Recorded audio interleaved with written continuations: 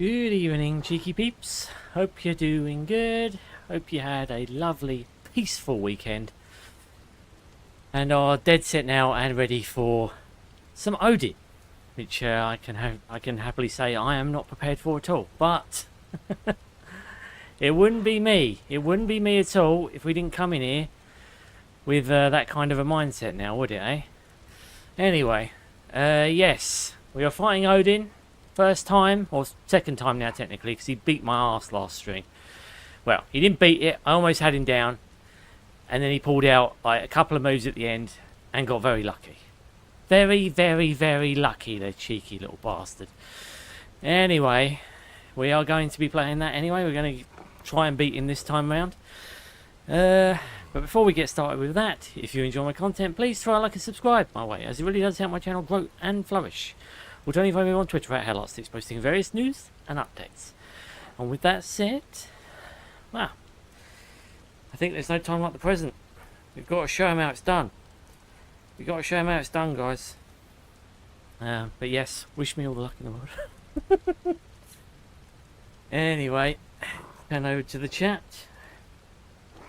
Dr. Ben, hello there, my friend. You're first today, bloody hell. Prompt or what? Someone was keen. Welcome to the party, dude. Hello, tcgstitch, Mr. X. Welcome to the party, pal. Welcome to the party. And Bob, Stitch. Oh my god. I know, what are the odds? How would I appear here? I'm like a shiny Pokemon. I'm so rare. Ben and Mr. X, what's good? What's happening? Yes, what is happening indeed, Bob? Hope you had a lovely weekend. Hope you all had a lovely weekend. You, Mr. X and Ben. Remember to admire feminine shapes and worldly curves with respect. For waifus, and especially for Jill waifu and Edda waifu. Of course, Mr. X, of course. But I'll leave you the meat of that up to you. Hello, Ben Ryan. Hello, little Bob. It is fuck Bob. I'm not sure how much feminine shapes we're going to be seeing in this stream, because if he keeps wiping the floor with me, we're only going to see Odin for this stream. So, you know, just manage your expectations. That's all I've got to say about that. Oh my god. Oh my god. Oh my god, indeed. We are fighting him again. Because he fucking wiped my ass last time. And I mean wiped. Yes. I said wipe. He got a fucking dock leaf and wiped my ass with it. That's what he did. That fucking scummy bastard. Makes me want to get diamond dust and just shred him. Because then it will be overpowered, right? I'll be able to be overpowered if I use that on him. Best of luck with boss fight. Icon Odin tcgstitch. Thank you. Thank you, Mr. X. I'm going to need every bit of help I can get. Hello, Mr. X. Oh, I really don't want to fight him. He's always a bastard. But we got to fight him. We don't have a choice. Angry Rambo mode in full display. I don't know. I don't know. We'll see how badly he kicks my ass this time round.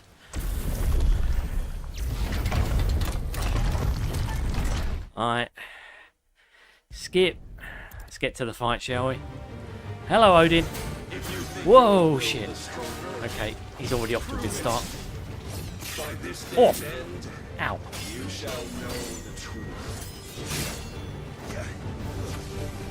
Don't be a dick! Nice try.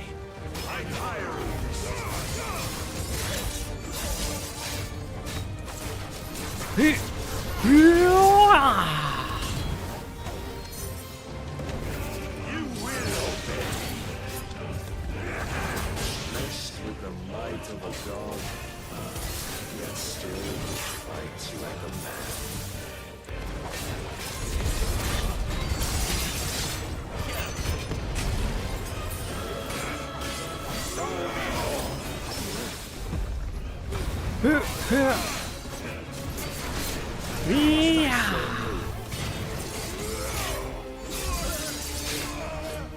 Okay, that hurt.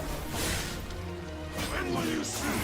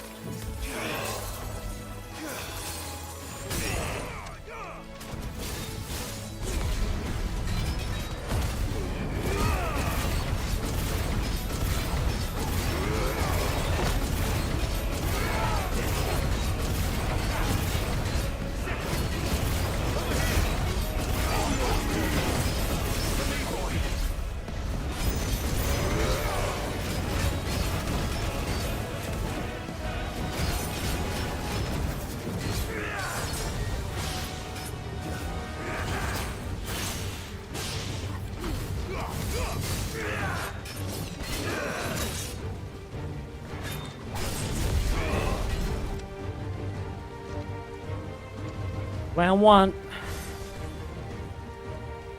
Remember to evade. I know. I'm doing my best, Mr. X. It's pretty fast. So I need to break as always about 30 minutes. Keep eye open, let us fuck. Oh, yeah, he will. Yeah, I was first. Mwahaha! You was, Ben. You were first, you evil bastard. Alright, let's go. He's now going to do summon giant Odin version, whatever. We can't skip this, can we? No, we're locked in. This is an in-game cinematic, so we're fucking locked in. He is desperate, can't you tell? He's desperate because he can't win.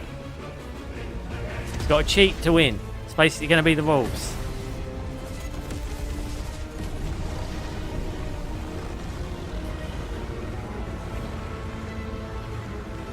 We got to show him that cheating won't win. Simple as that.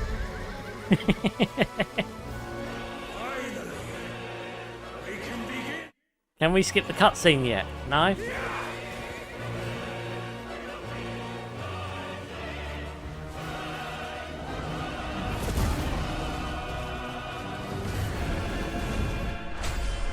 Alright, smash. We get a good right hook and then it's game over.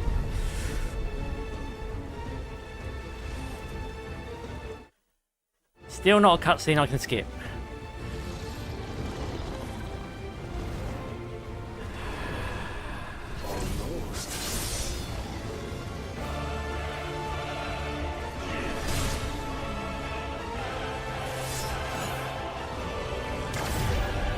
Out. Skip now? No.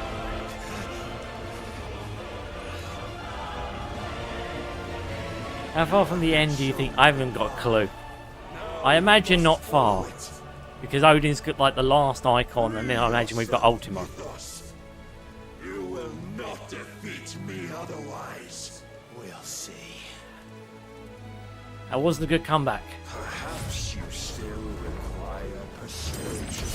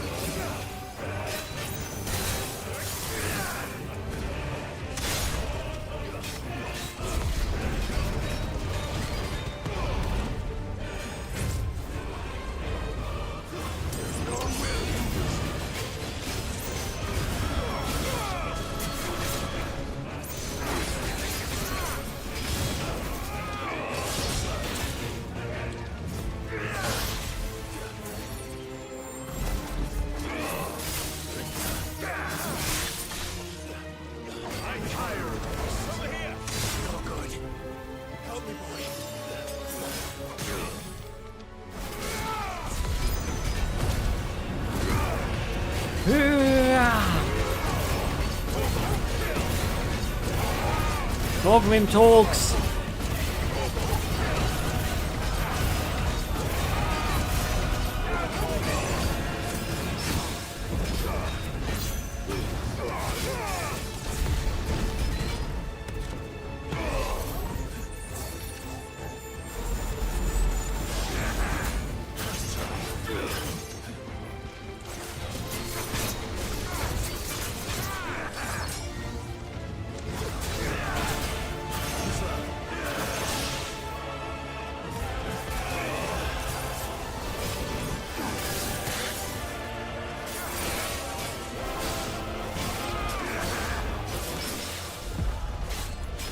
Over him! Must I show you?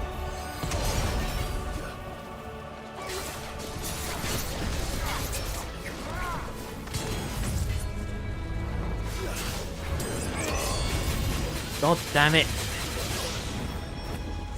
Fucking bullshit.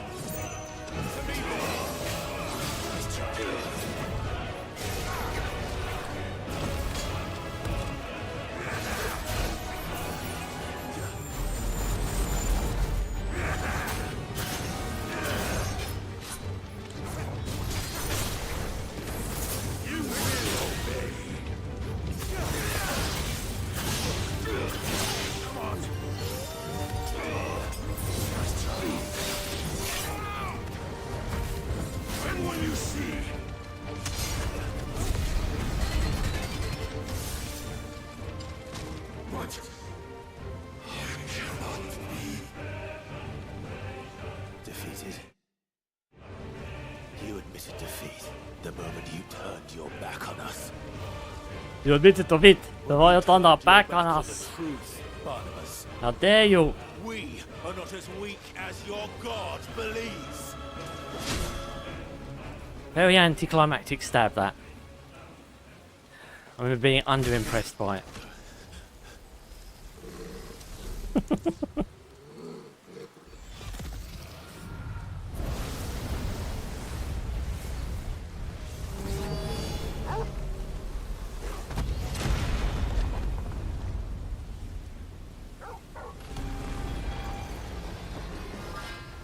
Then Torgs runs away and leaves us to it, like he knows we're about to turn into icon mode.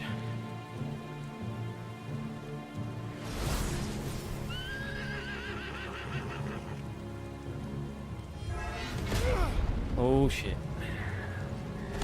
This way it gives him a close shave. Oh, very nearly over the top. Don't want to get hit by Odin's blade. Well, I've been hit by it a few times at this point.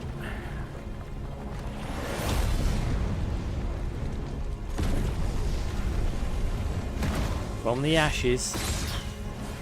Oh. Yeah.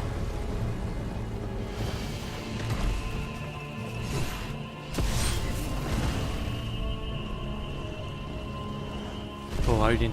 No, sorry, poor Ifrit. It's getting cleaved into walls. It's not a good sign, is it?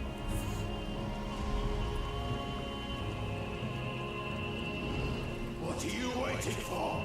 Why are you sitting there, Clive? My fat grey cat's watching. Is he hyped? What you will. He may see me get my ass kicked again for the second time. That is the slowest paper cutter ever. Why would you go for such a slow move, Odin? Come on now. All your other moves have been lightning fast.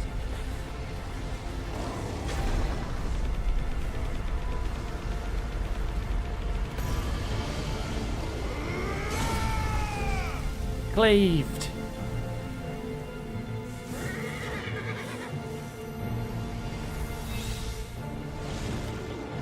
I've now got a bit of your sword, boy. Oh. I did dare. And I got. Your horse is finished. Next. You have made a weapon of your weakness. This is where we get crazy laughing, Odin. He's going to do his hilarious laugh. You right. are not the fool I took you for. He's a beast. He's a beast. Oh shit. So it ends. Yeah. No, it doesn't. The superpower is gone. Ran out of mana. Crazy laugh. Crazy laugh. The guy seriously has drunk too much helium. Tired, Mythos? Your stubborn defiance has stirred my long-becalmed heart, filling it with a joy that I have not known for generations. Still can't skip. If it needed that Pepto-Bismol, he did. He needed a shot of Red Bull. Yeah, the heartburn. Yeah, you're right. You're right, actually. Yeah, you're right. You shouldn't have had that last Red Bull.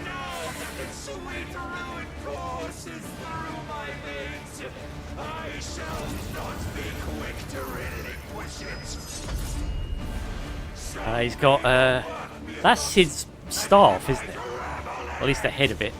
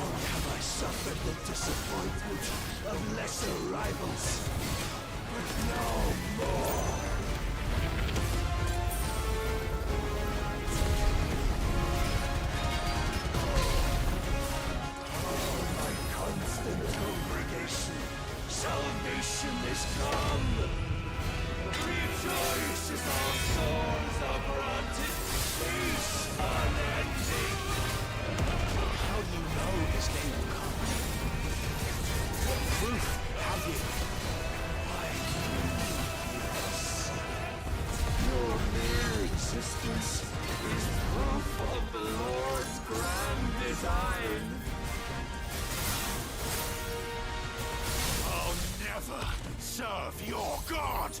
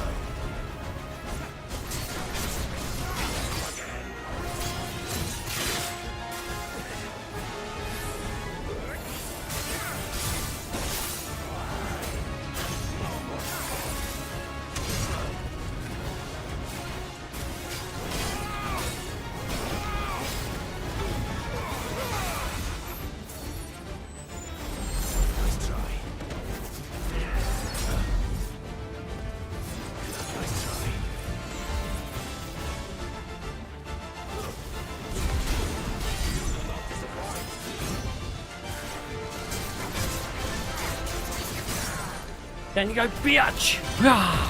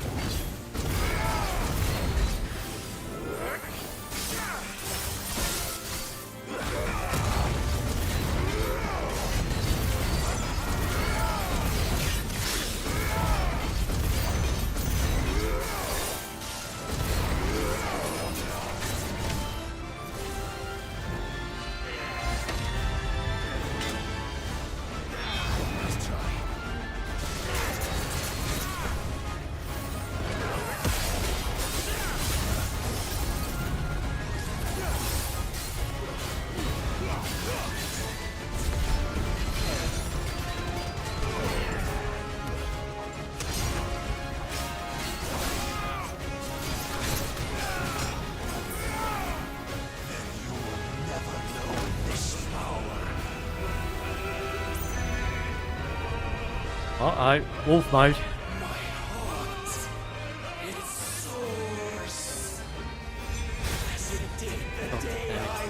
Maybe it's so fucking stupid.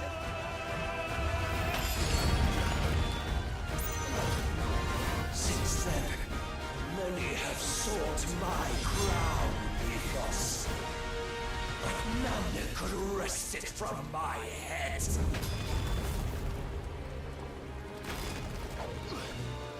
Come!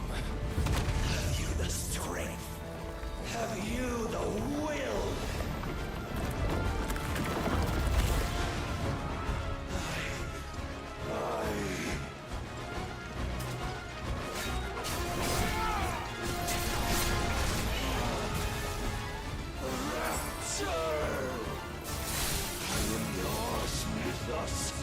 Claim me as your prize! Oh. Oh.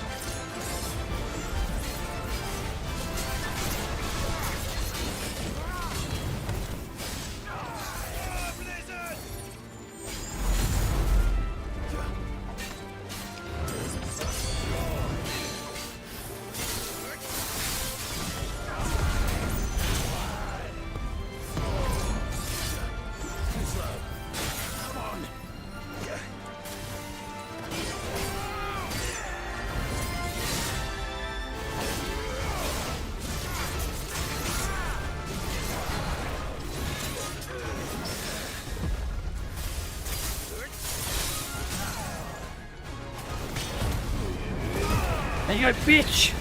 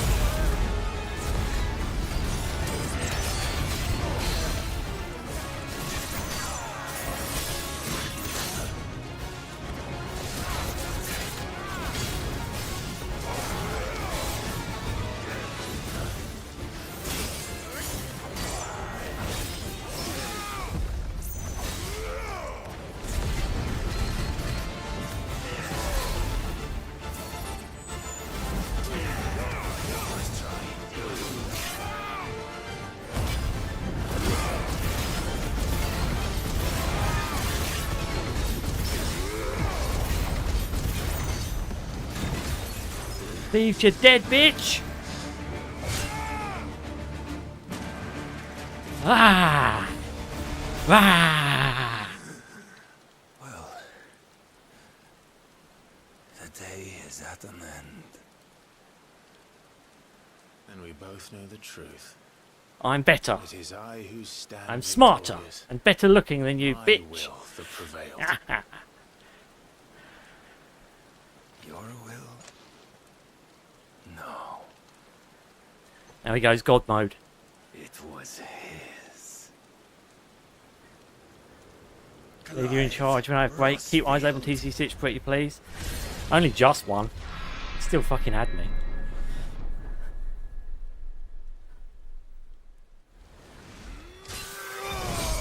Ooh.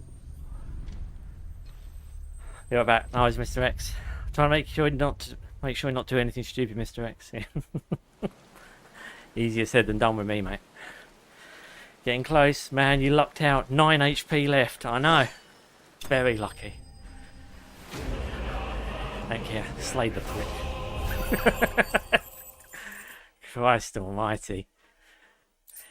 He was a fight. Can you imagine doing that on hard difficulty? You're going to have to master his moves. When we go back for hard, fucking hell.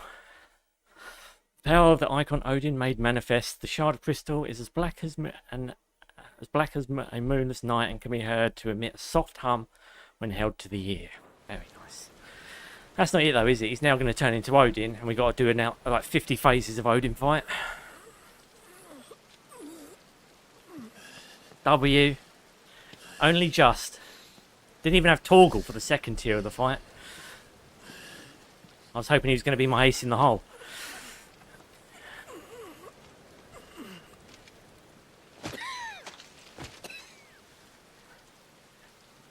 Your soul is mine. His strength in will. Would that I had not relinquished my own.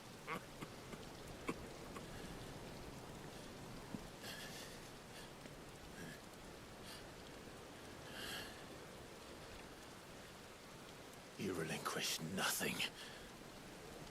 What was it, if not will, that made you strive for a new world? Strive to win your master's approval. Any bastard. I can't believe... I don't believe that's it. He's going to turn into Odin and we've got an Odin fight, Shown right? a fantasy, and you chose to believe it. But you were wrong. There is no world, but the one we live in. W. Trouble world. you. That world is worth saving, even if it means killing a god. This sounds so much like the themes in Final Fantasy XIII. I think you kill a god in that, if I recall. Again, I didn't get that far. It's just because I've watched retrospectives on it. Here we go. He's not dead. Bold words from one who has served the Lord so well. This is pointless.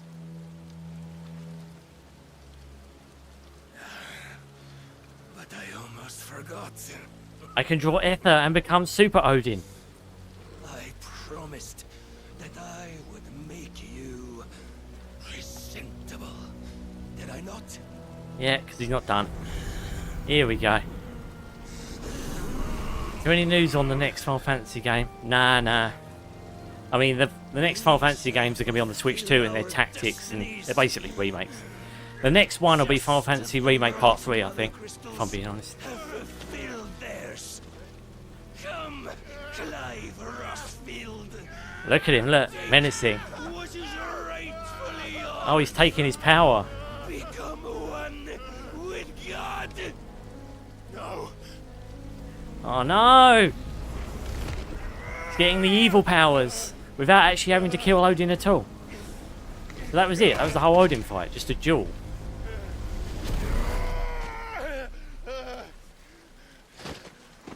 Oh.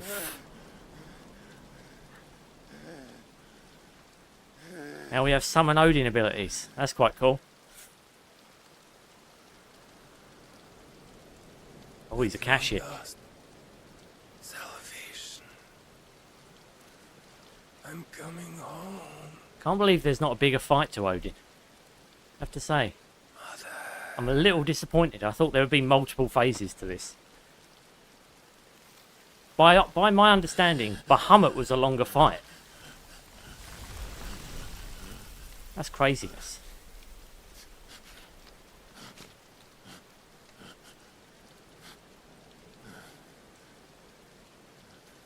Jesus Christ. Tell me, how does it feel? Show yourself! Face me! Praise me, damn it! How does it feel to consume your rival's strength, to gorge yourself on their being, Oh, to edge step by trembling step, ever closer to the divine? and let you take his body. With or without a will, you are still but a vessel, our vessel. Behold, how your body shudders in anticipation of its fate.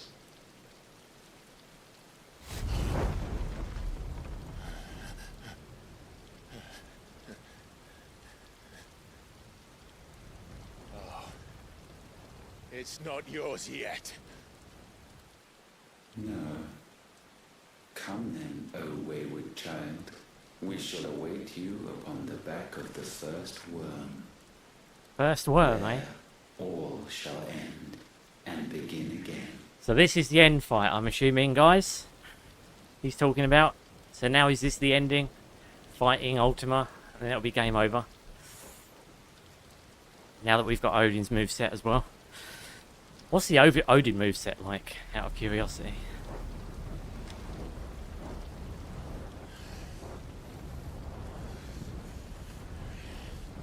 Will we be able to reject Odin?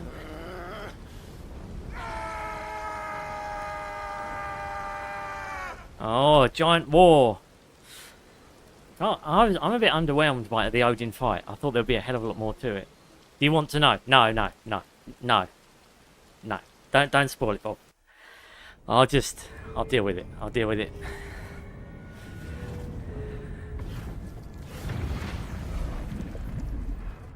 I'll deal with it. It's alright. It'll be a surprise. I'm just underwhelmed by that Odin fight. I thought there was going to be a hell of a lot more to it. So once we killed that, then we'd have to start fighting the actual fucking Odin monster. But we haven't had to. A vessel complete. Collect the final piece of the Charmander medallion. Randala. Byron. Akashic monsters. Jesus Christ. Zombies! Bolt the doors! Get the planks of wood! Yeah, of course the wine is always important as well. Why the hell is my city going with the captain? Don't ask me, ask them! Oof! Since when was Eugen Hamel want to hide when there was a fight to be had? Since they stripped me of my rank and banished me from the battlefield. Now I'm stuck wiping the backsides of this lot while the city burns and my wife tells off the man half my age! And then you turn up! What the hell are you doing here anyway? Keep the Zombarders out! Indeed. The enemy numbers 200,000 or more, counting yours. Orcs as well! Garrison in the capital to repel an army of that size. Jesus Christ! I'm getting Night of the Living Dead vibes. Soldiers and bearers from the surrounding boroughs. They are the sole reason it still stands. And all it took was an army on their doorstep to bring them together. The prospect of death does put things into perspective. Does indeed. Perspective. Perhaps it's what we've lacked all along. Oh shit. Get your swords out, lads.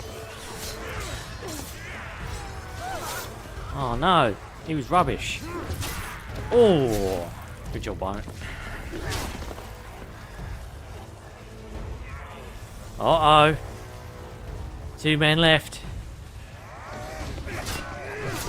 Oof. I need you to lend me some of your best men. Preferably all of them. My best men? Does it look like I have any more? I admit this might not be the most convenient time, but my nephew's in trouble. And I may have already promised him your help. You're nephew the outlaw. My soldiers have better things to do than die for nothing. And you and he are of the same mind. And it will stop these bastards from coming at you. Opposite. He fights for a world in which we shouldn't have to live and die for nothing. And he fights today to give us all a chance of a better tomorrow. Be that as it may, a handful of men cannot stand against the kingdom. Uh-oh. Slay the zombies. Oof. Then mayhap they are the wrong men. Ah, Dion's back. I'll be damned. Our numbers are few, but I shall rally as many of my dragoons as I'm able. You, apprise the Lord Strategist of the state of the city's defenses. Yes, Your Radiance. And you would fight alongside us? I owe the Phoenix a debt. You sure shit does. Does this vouch for my nephews? Aye, but I still have my doubts about you. Which we can discuss later. Indeed. You said you had men garrisoned in the keep. Captain, do you know how many yet remain? Allow me to confirm. Commander? Whatever their number, Randalar will be needing Gather the them bodies all. and build a pyre in the courtyard. Quickly, Terence, my lord. Ah, I wonder what happened to Terence.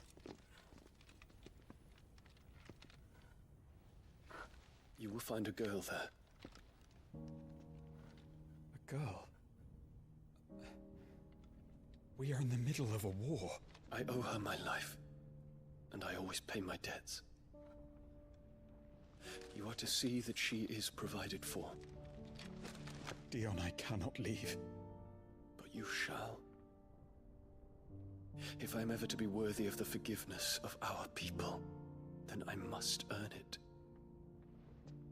And I must earn it by my hand, and my hand alone. Know that I do not ask this lightly. Beast Bahamut isn't going to turn into a crazed beast monster. Neither did Odin. No, that Bit I will do it. underclimactic, to be honest with you.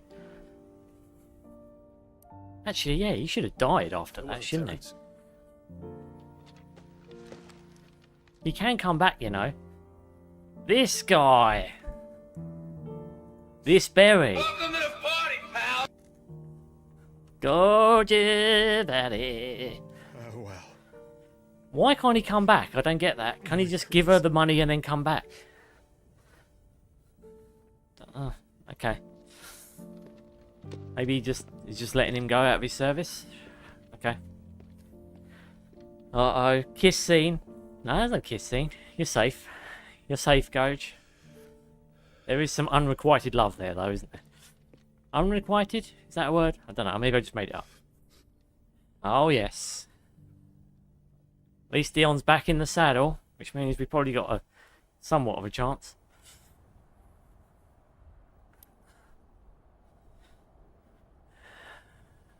Istla.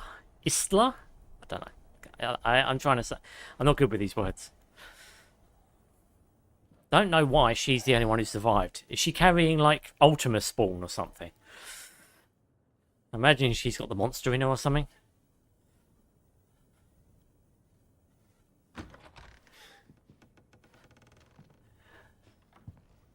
Clive, thank fuck.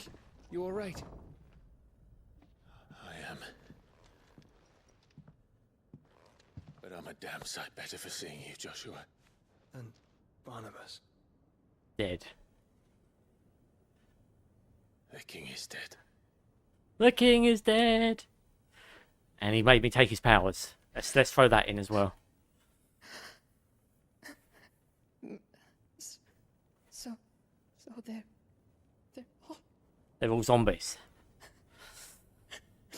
Magic flavoured zombies, that's what they are. She's got Ultima in her, I'm telling you right now. It's a demon spawn, baby. I'm going to bet my life on it. Actually, no. Oh, that's too far. That's too far. I'll bet a bag of cashew nuts on it. So is their killer. He can't hurt anyone anymore. You're safe.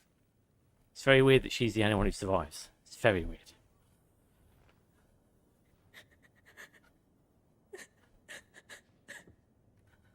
Identify as a magic zombie. Well, someone has to, Goj. We need a couple of those in chat so they can tell us what they're thinking. Other than brains. Brains. Gav, we need to talk. Gavlar, we need to get going.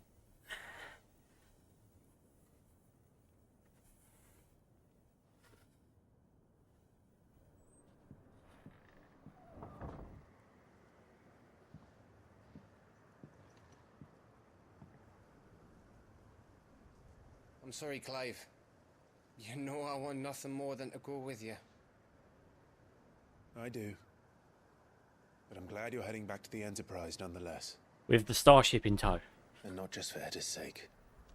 Our people need to know what happened here. You can count on me. As can she, I hope. She's going to be Gavilar's spouse, is she? Me lords.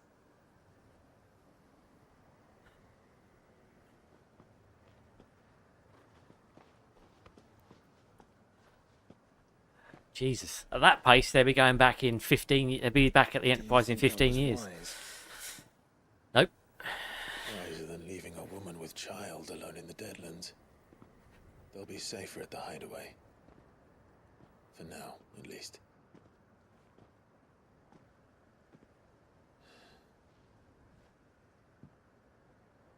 This land is overrun with Akashic. The king himself was long turned, albeit by choice, all to serve Ultima in his damnable quest to forge the perfect vessel. The chaos Barnabas wreaked upon nation after nation. How many were killed for this? He didn't consider it killing, or a mercy of sorts. A way to end their suffering. He truly wanted to save mankind, and ultimately used that. As he uses us. But why us? What are we? What are we? We are dominance. That is our fate. Yeah, but if it's something different, that isn't doesn't it? mean we have to accept it, which is why we fight. For the right to deny it. Is that not so? It is. For our sins.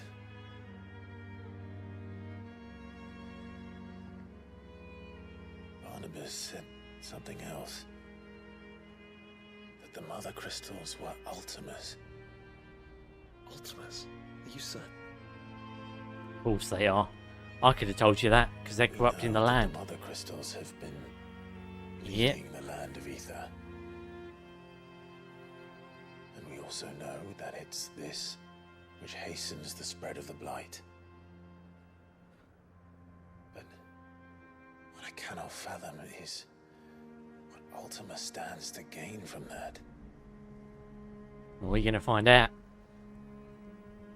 What did you find at the stronghold? The truth about Ultima's prize. For so long, I believed it to be you, and you alone. It's both of them. Yet, it is not merely a freed that he desires, but a freed and phoenix both. That which we became in the skies over Twinside. Only when the twin flames are joined, shall his vessel be complete. Which means you can't go together again. Quite why he needs a vessel is another question. Unless there is something he cannot achieve without one. Something his immaterial form precludes. He's ethereal. Something requiring an unthinkable amount of ether. Something we and have a in body common. resilient enough to channel it. If I did not know better, brother, I would think that he meant to cast a spell. A spell 1,000 years in the making. A spell to end all spells. And he cannot do it without us. Nor without the Mother Crystals. But if we destroy them all, He'll just rebuild them again, won't he? we will stop not only the blight, but Ultima as well. You've killed most of them.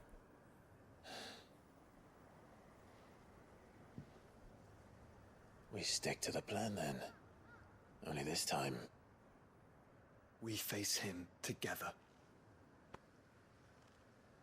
well, it's a long walk to Stone here.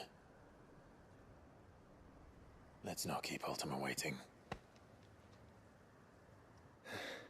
I'm getting Sam and Dean vibes.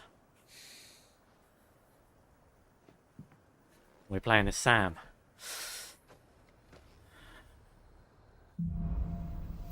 Brother, motherhood.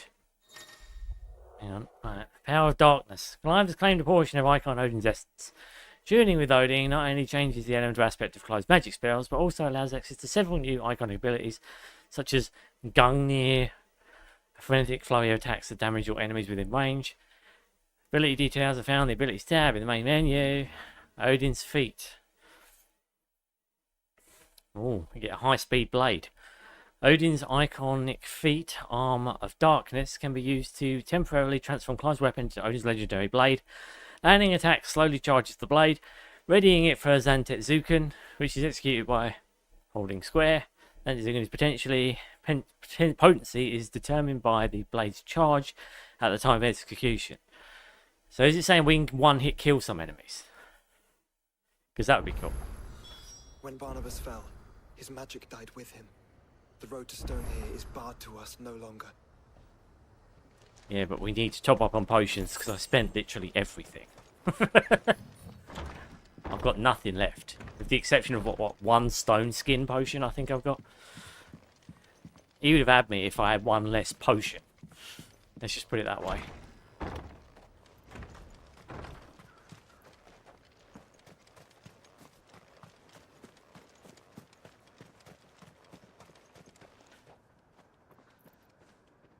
That'd be hilarious to have Stitch on the side giving commentary in the actual scene. Well, you have got me giving commentary. I am here all night as a chaperone. You can use Rift Slip, which is one of the most useful abilities in the game, but it is better if you master it and mix it with other icons. The armor looks cool. I know. I like his armor. I think this is the DLC armor. But his default costume isn't this cool. That's a pretty stellar blade. Is indeed, Coach. Here we go, look. Look at that. The world is in harmony once again. Alright. Arm of Darkness. Oof. Feels the Zantet Zuken Gorge. Look at that. Oh, that does look quite cool. Arm of Darkness. Rift Slip. Gungnir. Heaven's Cloud. Oh my god, that's a Final Fantasy VII move. Is it a monster actually in Final Fantasy VII? But it's called Heaven's Clod. Don't know. Maybe I'm misremembering things. Surge forward, struck an enemy can be executed multiple times in succession. If previous hit lands, each hit fills the Zantet Zuken Gorge. Rift Slip. Used to recover immediately from any ability or action. Can be used in mid-air.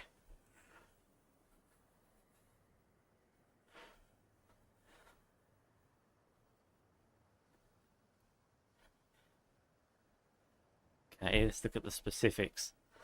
We can learn it at least. Odin's set is only useful for itself. Everything is built on charging it, so the only thing useful outside of it is Rift Slip. Okay.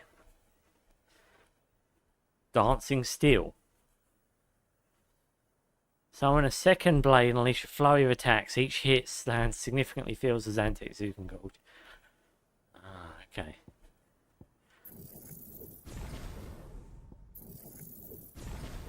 There we go. We mastered Rift Slip. You can stack attacks with Rift Slip that you wouldn't otherwise and stop time while doing it. Okay. Okay. Alright, what should we fashion out for it then? Because I've just mastered it.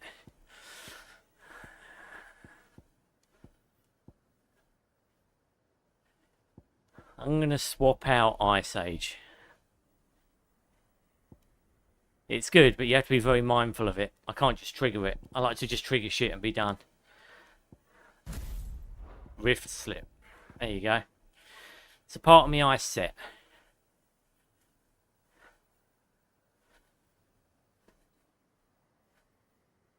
Switch Ice Age. Yeah. Yeah. That's what I was thinking. Okay.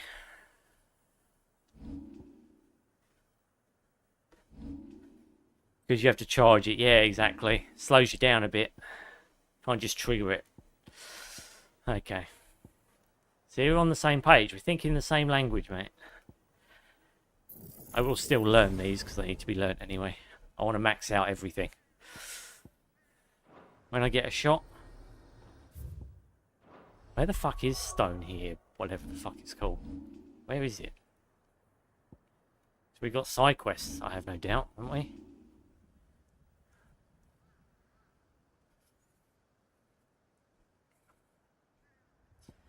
Oh, there is a side quest here already. What fucking side quest can be here? Laid to rest. The fuck? Where? Oh, right, up north. Okay. Well, we can do that at least. Get that done. Got a few hunts we've got to do. I'm assuming the next part is the end game. At least I'm assuming it is. That's why I'm thinking I probably need to get this other shit done.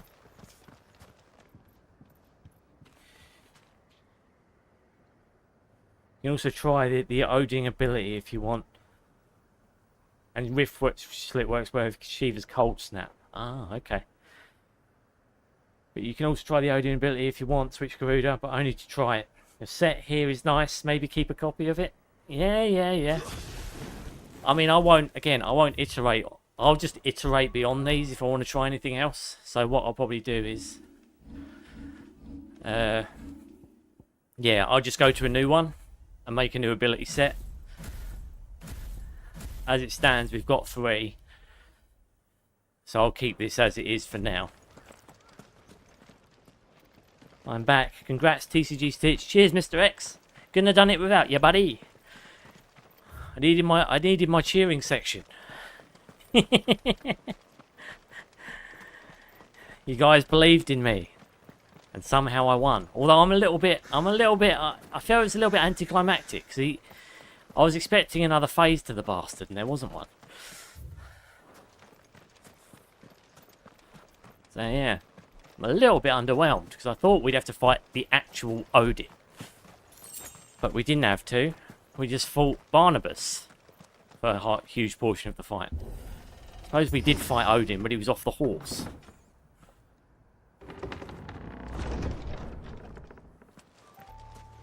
You were right, Joshua.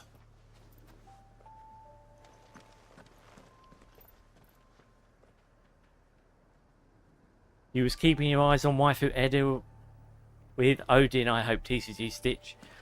Well, she wasn't really with him, was she?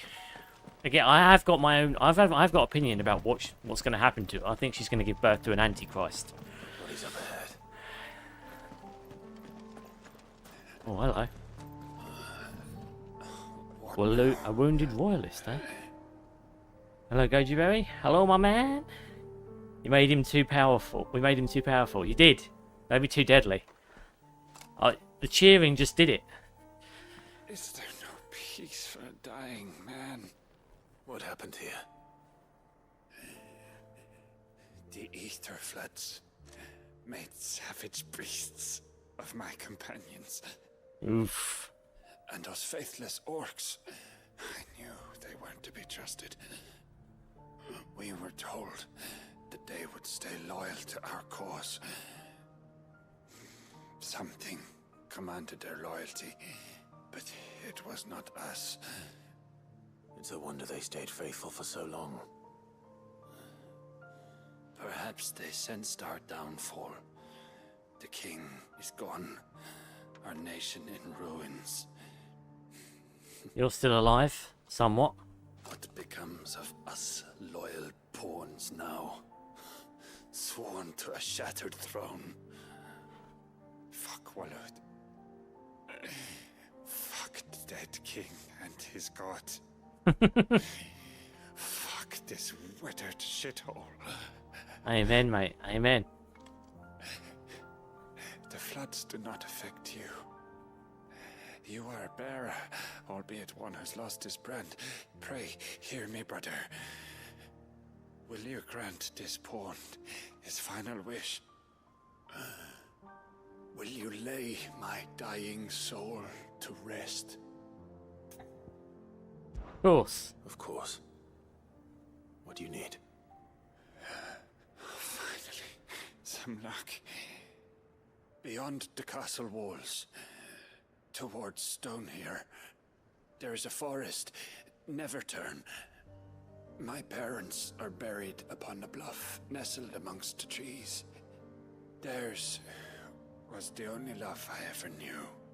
I was torn from them in life, but perhaps I can return to them in death. Take my ring. See that it rests beside their bones.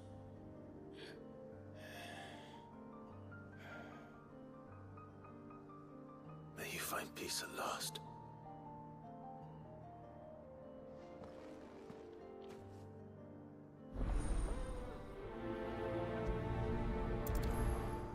You saw in previous cutscenes, Waifu Jill and Prince Leon both had used icon abilities. Oh, I didn't see that. I mean, Jill gave her powers away, and Dion's had his taken, hasn't he? So, I mean, I haven't seen them use any magic powers beyond that, I'll be honest. Oh, the quest is up here, is it?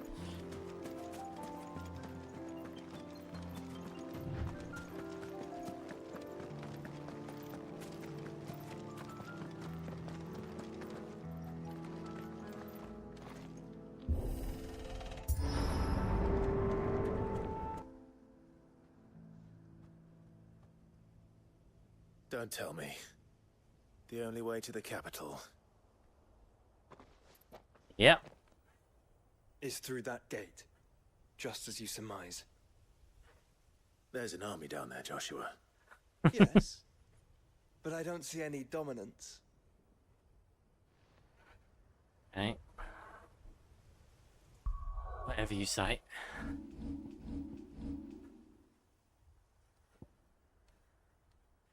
Right, let's go back to the base and see if there's any more beasts to slay. Besides, I need to top up on shit as well. I know we've got to deal with the S-rank beasties. I'm going to save them to the end of the game. I think we're pretty much there. New crafting recipes available at the Black Hammer. Okay. Aye, it's a dangerous world out there. Sure shit is. Right. 7 of I'll those. find a better price than that. 3 of those. Better I'll be here. 4 of those. You're rubbing me blind, you know. Topped back up. Is that all? Lady Gamer, hey, welcome. Welcome to the party, pal. How you doing, mate? Bad move, now you have to walk forever to get back. Oh, is it? Oh, okay. It's alright. It's alright, we'll live. What do I owe the honor? Ask about Dravost. The sound of ringing still. Has filled the streets of Dravost since back before anyone can remember. And there's not a smith worth his salt who didn't pretense under one of the village masters.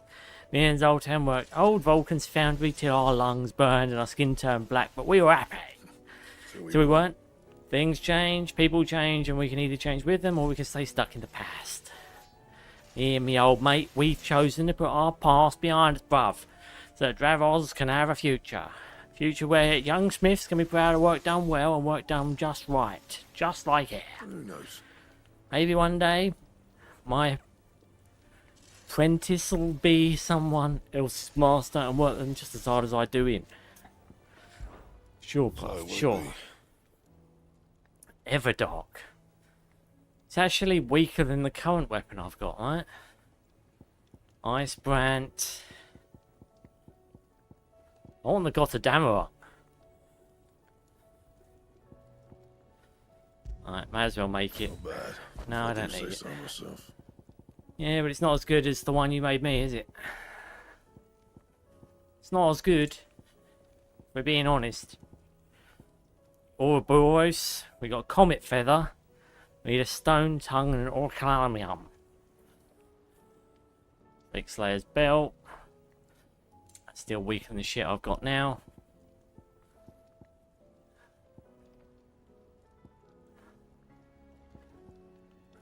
Jesus Christ. Need to know how to get that shit. Fine. I'm okay, and I ordered my meds online today with the doctors. Nice, nice. So you're all sorted. Hey, lady. Info: Edda is a character in Final Fantasy XVI. She's a pregnant teenage widow. Clive Rosfield finds sheltering a village on Ash after everyone in the village turned to Kashyyyk. Yeah, I know. I remember that. Hey, Lit. Did you have a good weekend, lady? Did you all have a good weekend? This is the shit I've unlocked. Still got a load of tracks I've got to buy. Let's face it, that's going to be one of the achievements, isn't it? Get all the fucking music. You can just see it now. Right, I know you guys don't want to hear it, but there's going to be some lore. I'm sorry, but we need to do the lore. You need to get that all-important lore lored out before everyone goes crazy. If you're bored of the lore reading, I understand. You can go and do other things if you don't want to see it. I'm just pre-warning you now. If I may observe. Your brother is possessed of a rare gift, and I do not mean the flames of the phoenix. Words, Clive. His findings on Ultima and the Circle of Malleus are worthy of the great Moss himself. Should he choose to devote himself to this path, I hazard he could one day become quite the historian. But not before you and he finish your own story. History can wait. After all, for what that is what it does. Of course. I don't believe you've read this particular chapter before. Oh, what we at? We're level 6! Level 7? Oh my god. A rather fascinating excerpt I've been meaning to show you. Holy shit. That is lore. We've just been lord. We're going to say lordy, lordy, lordy at this point. According to Ultimania, waifu Edda is 17 years young. Really? Where'd you... Oh, have you actually got the Ultimania for it, Mr. X? Thought Edda was in her late 20s or something. Looks old to me. I don't know. Yeah, I honestly don't know. Mr. X finds these... Again, the ages and stuff. I haven't got a fucking clue where he finds them. Yes, and they make you do all of them online. Yeah, I know, my mum had to. It's craziness. Okay weekend, except for the storm. Oh yeah, the cold snaps. If you have a question for me, I should be happy to answer it. Okay. I'm sure I'll have some.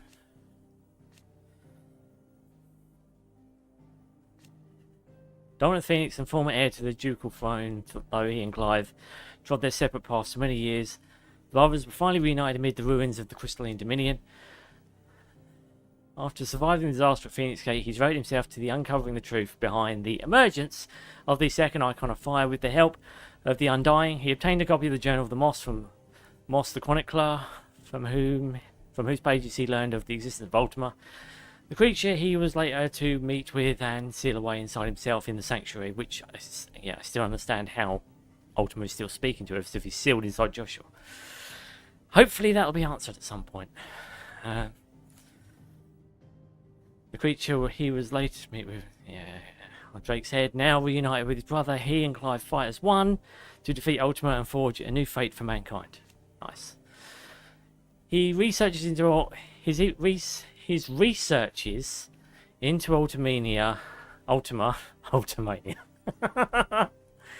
into Ultima culminate in the revelation that the creature's true form is one and the same with Ifrit Risen, the creature he and his brother transformed into in the skies above the Crystalline Dominion. His grip upon the creature he sealed away inside himself by the altar of Drake's Head. Ever fading, he swears to stand with Clive and fight their fate until the end. I reckon he's going to be the one who gets possessed and then tries to convince Clive to let him in or something like that. Any money. Jill Warwick. Right. Dominic, Shiva and trusted confidant of Clyde, leader of the new hideaway. Together they continue Sid's mission to ransack bearers and rid the realm of mother crystals. After Clive was bested by Barnabas in the bed of Narrow, the two fled to the Shadow Coast. It was there that she entrusted her icon to him, that she might have the strength to fight their fate to the last. Doesn't that do the opposite, though? Like, she doesn't have powers now, right? I mean, can they still conjure powers? I don't know.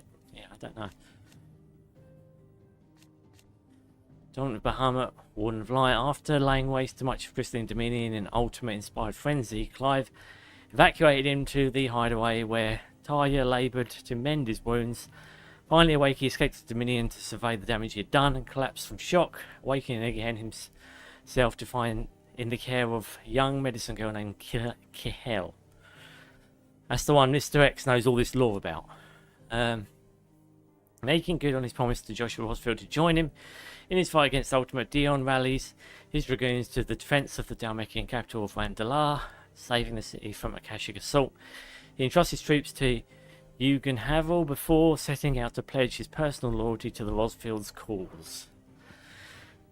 It's only best. It's the best move. It's kind of like the situation in Game of Thrones, where they went to Cersei and said, you need to join our cause because the undead are coming. It's kind of similar thing, except she was planning on stabbing him in the back. Don't think Dion's like that, thankfully. Lord Commander of the Kingdom of Volud's armies, despite apparently falling Clive Rosfield's blade outside the Converian Agora, he appeared again in the Ironworks, conjuring countless doubles of himself that set upon Clive and his allies, proving Joshua's theory that the constant knight was no mere swordsman, but a magical creation of King Barnabas. Is that what the Akashic are? Are they like versions that Barnabas conjured? But then again, they're still here. No, it must be Ultimate then. He was in fact a magical creation of Odin, and when his master primed, Sleipnir followed, taking the form of the icon's six-legged... Oh, he's the steed! He's the fucking horse! Didn't know that. I didn't know... So he's the horse. Sleipnir Harbard, whatever the fuck. He is Odin's horse. That's interesting. But an Igi cannot exist without its icon, and when Barnabas died, so too did he. Good. Mind you, we've technically got some of his powers. Wouldn't it be cool if one of the powers was to conjure him and have him fight for us? That'd be quite nice. Right, Barnabas. The moment we've all been waiting for. King of Lu, Dawn of Odin, the Warden of Darkness, Barnabas is also a feared warrior in his own right. After journeying to Valisthea from the outer continent as a young man, he led his people in overthrowing the ancient kingdom of Veldamark, that once ruled Northern Ash, and established a new kingdom of Walud upon its ruins. Scion of the tribe that crossed the seas to Valisthea from the southern continent many centuries before, Barnabas remains a zealous adherent of their ancient religion, the Circle of Malleus, tasked by his god Ultima to assist with the perfection of the vessel. Barnabas put Mythos to the test, at last judging Clive worthy, and surrendering his strength to him with his dying breath. The fool! He should have turned into like Ultimate Odin and we should have fought him. Right. She learned much of her knowledge of non-magical interventions in the Southern Isles, where she served as a branded healer with her magic next to her, useless in the blighted land. A man she called her mentor taught her the true physicker's art. Fate brought the two together again in her mentor's final hours. Long past healing, it was all Tarja could do to use the skills he had taught her to ease his passing. That's nice. Blackthorn. Alright, how far back do we go for him? Hidden Past. He originally hails from Dravost in the far-flung desert wastes of Dalmekia, where he and Zoltan both apprenticed, though he has not returned for a year at least, because his former friend still bears him a deep-seated grudge. They were friends?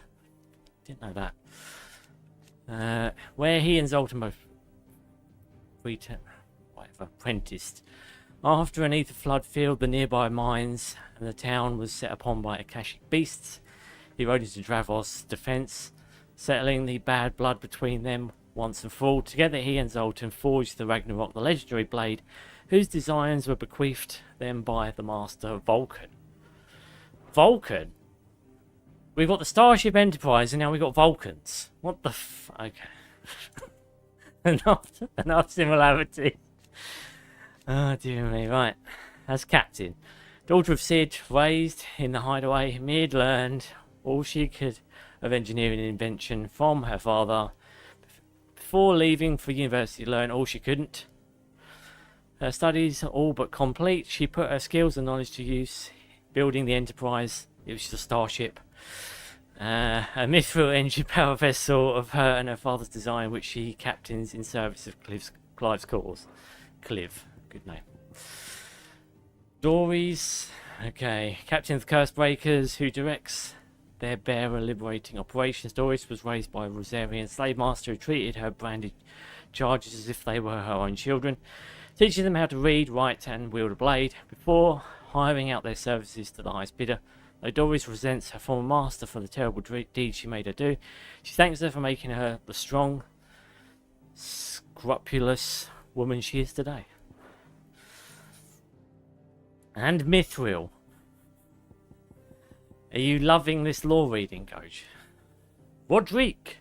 Talia's youthful and inexperienced assistant, a caring yet timid soul, he is committed to serving the lives of his patients, and so quails when asked to perform life-threatening treatments such as removal of bearer brands or the administration of potent tears of Elysia. While he admires Talia's what the fucking word is that? Indefatigability, he fears for its effect on her health and is shamed that he cannot yet do enough to relieve her burden. Jesus. Square Enix, stop using the silly big words. I am actually. I'm playing 2 games at once, so listening to nice lore read is fine with me. Well, I'm glad I'm entertaining you, Coach.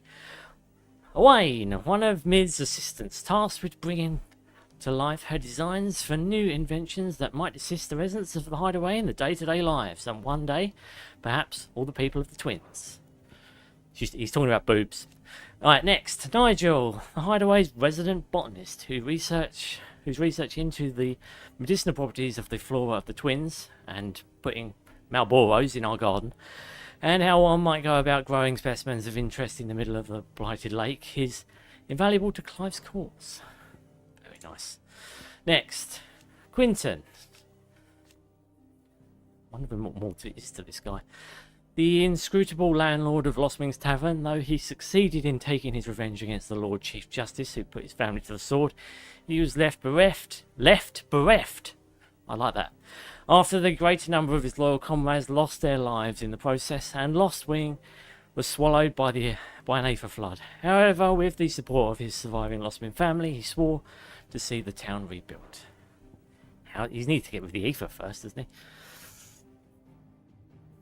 I've never seen that word. It's hurting me. It hurt me, Goj. Words hurt me. Goji's going to use this like ASMR. He is. Don't lie. You're all going to do it. You all love my lore reading. Let's be honest. Dreaming of a better world. Landlady of the Golden Stables, the tavern at the heart of Martha's Rest.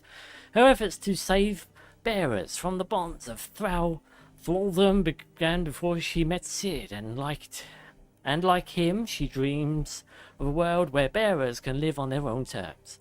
To this end, she nourishes the seeds of a better world that she and the Guardians of the Flame have planted in Eastpool. Very nice of her. Philippe!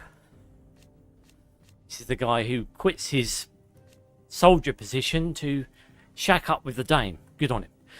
Former Imperial soldier of the Northreach garrison who left his post after the Duke of Oriflame took over. He elected to form a new town watch that he might better protect the town than those he loves, Isabel chief among them.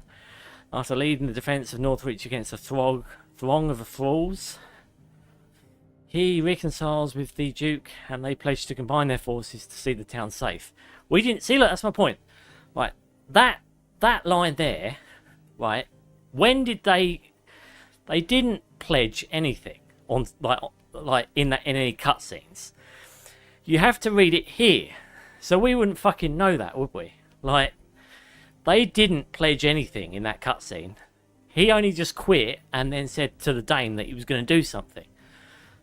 And now we're led to believe that that fucking stuffed shirt, whatever the fuck he was, like, politician, was like, you know what? You're a soldier who just left my army. You know what? Let's protect everyone. I'm going to drop my ambitions to rule over this patch of earth. And it's all relegated to, like, what? A paragraph? This is why I'm doing the lore reading. Because of that shit. Because you just don't get that information unless you read it. Hell yeah. He loves my voiceover. Victor, a friend of Sid's and later Clive's, who keeps an ever-attentive vigil on the comings and goings in Dalmechia from his hometown to Costis, whatever the fuck. A friend of Clive's cause who keeps an ever-attentive vigil on the comings and goings in Dalmechia after being caught up in the bandits' raids on Dalmill during the excursion to its famous markets and lending Clive and Luba his aid in bringing the town together. Victor developed a fondness for the place. He began making regular visits, becoming firm friends with Lubor and earning the trust of his people. Right. You aren't done with that quest. Just part. +1 I meant. Okay. Alright. Alright. Appreciate you telling me, Bob. I know it's like a tightrope, isn't it? Not wanting to spoil much, but also me asking all these questions. But it's good. It's good that I'm reading them here and asking them, and then later on I'll be like, ah, okay. Okay, you see? It's one of the cool things. You're like, oh my god, I didn't see that. Although there's some shit that just never materialises and you have to read it in here. Alright, Lubor, Forge Master of Briar's Kiss, the finest smithy in Dalamil, known to those in the know as the Desert Hare, from whose long ears no secret is safe. The leadership is displayed in dealing with the bandits' attacks, led to his being proposed as a prime candidate to become the new mayor. But when the townspeople discovered that he was a bearer, how dare you become a bearer, they elected to drive him out of town instead. I imagine that's going to continue at some point. Alright, Drika. Is it wrong that I don't remember this girl very well? She's one of the orphans who was with him, isn't she? She was in it so briefly and had so little impact on me.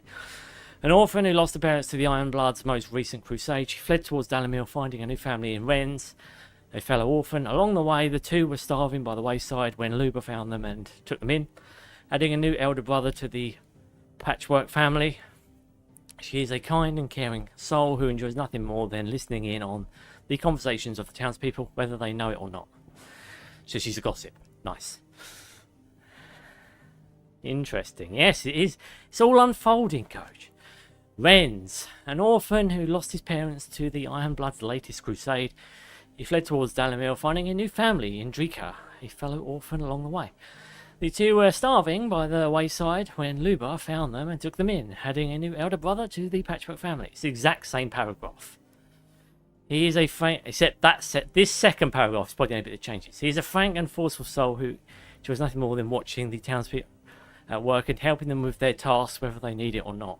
It's just an iteration of what hers is. Oh, right, Eloise. Right. Owner of the Crimson Caravans, a highly esteemed porterage firm in Bocklad, boy. Eldest child and heir apparent of a successful Canverian trading house, Eloise abandoned her birthright in order to save her younger brother Theodore, who her parents would have seen branded after his powers awakened. After Theodore lost his life before her eyes, she swore to continue their work to freebearers, that his death might not be in vain. That's nice. Theodore. Alright, we're getting the end of him now, right? porter and guard of the Crimson Caravans, the porterage firm that he runs with his beloved sister Eloise. Many beasts and bandits have eyed the company's caravans, but to date he has cut them all down. Leader is also a bearer, but was spared the brand after awakening late and being spirited away from his family home by his sister, an act of kindness and self-sacrifice for which he is forever grateful. Right. Theodore lost his life to his own blade after being taken by the Ether flood while trying to protect the haven he had built for bearers from a rampaging dragon, wishing his sister a long and happy life with his final breaths. Yeah, he died. He died by severing his own neck, if I recall. Zoltan, chief of the Dalmekian smithing town of Dravost, whose skill in etching metal far eclipses Blackthorn's own, after the latter aided Zoltan and his town in overcoming the twin threats that faced them, an absence of ether that rendered their forges useless, and a surfeit of it that unleashed an Akashic horde against its gates. The two were reconciled at last, each gaining a newfound admiration for each other's talents. I'm not sure if I read this. A feared and respected chief of the smithing town of Dravos, where he and Blackthorn learned their craft.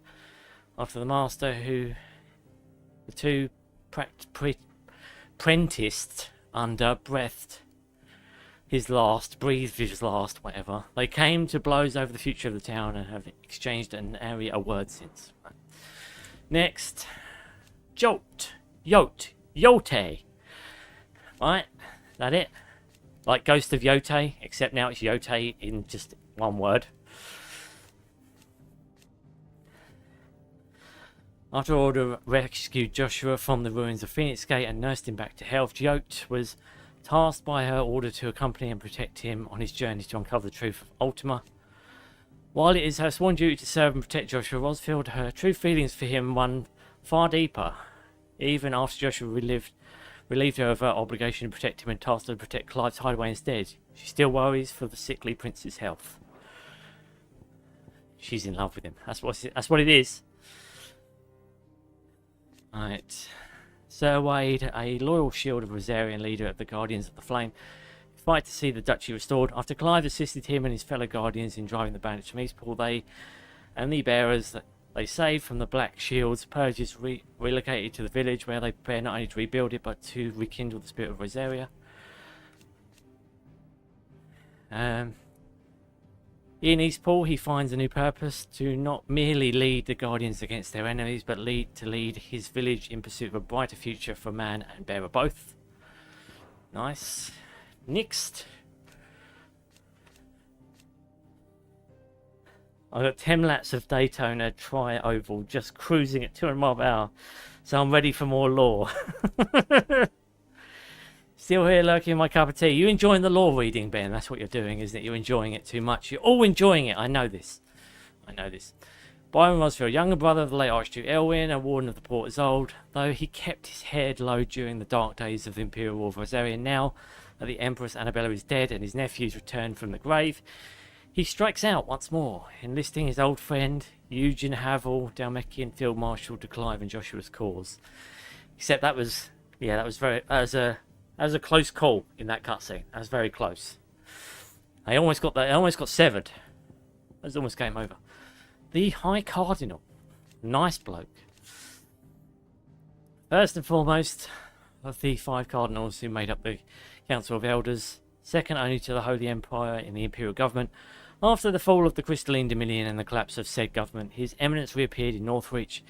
Now going by his noble title, the Duke of Oriflamme, he drafted both the soldiery and the common folk into his plans to turn the town into a new capital for a new Sambrek.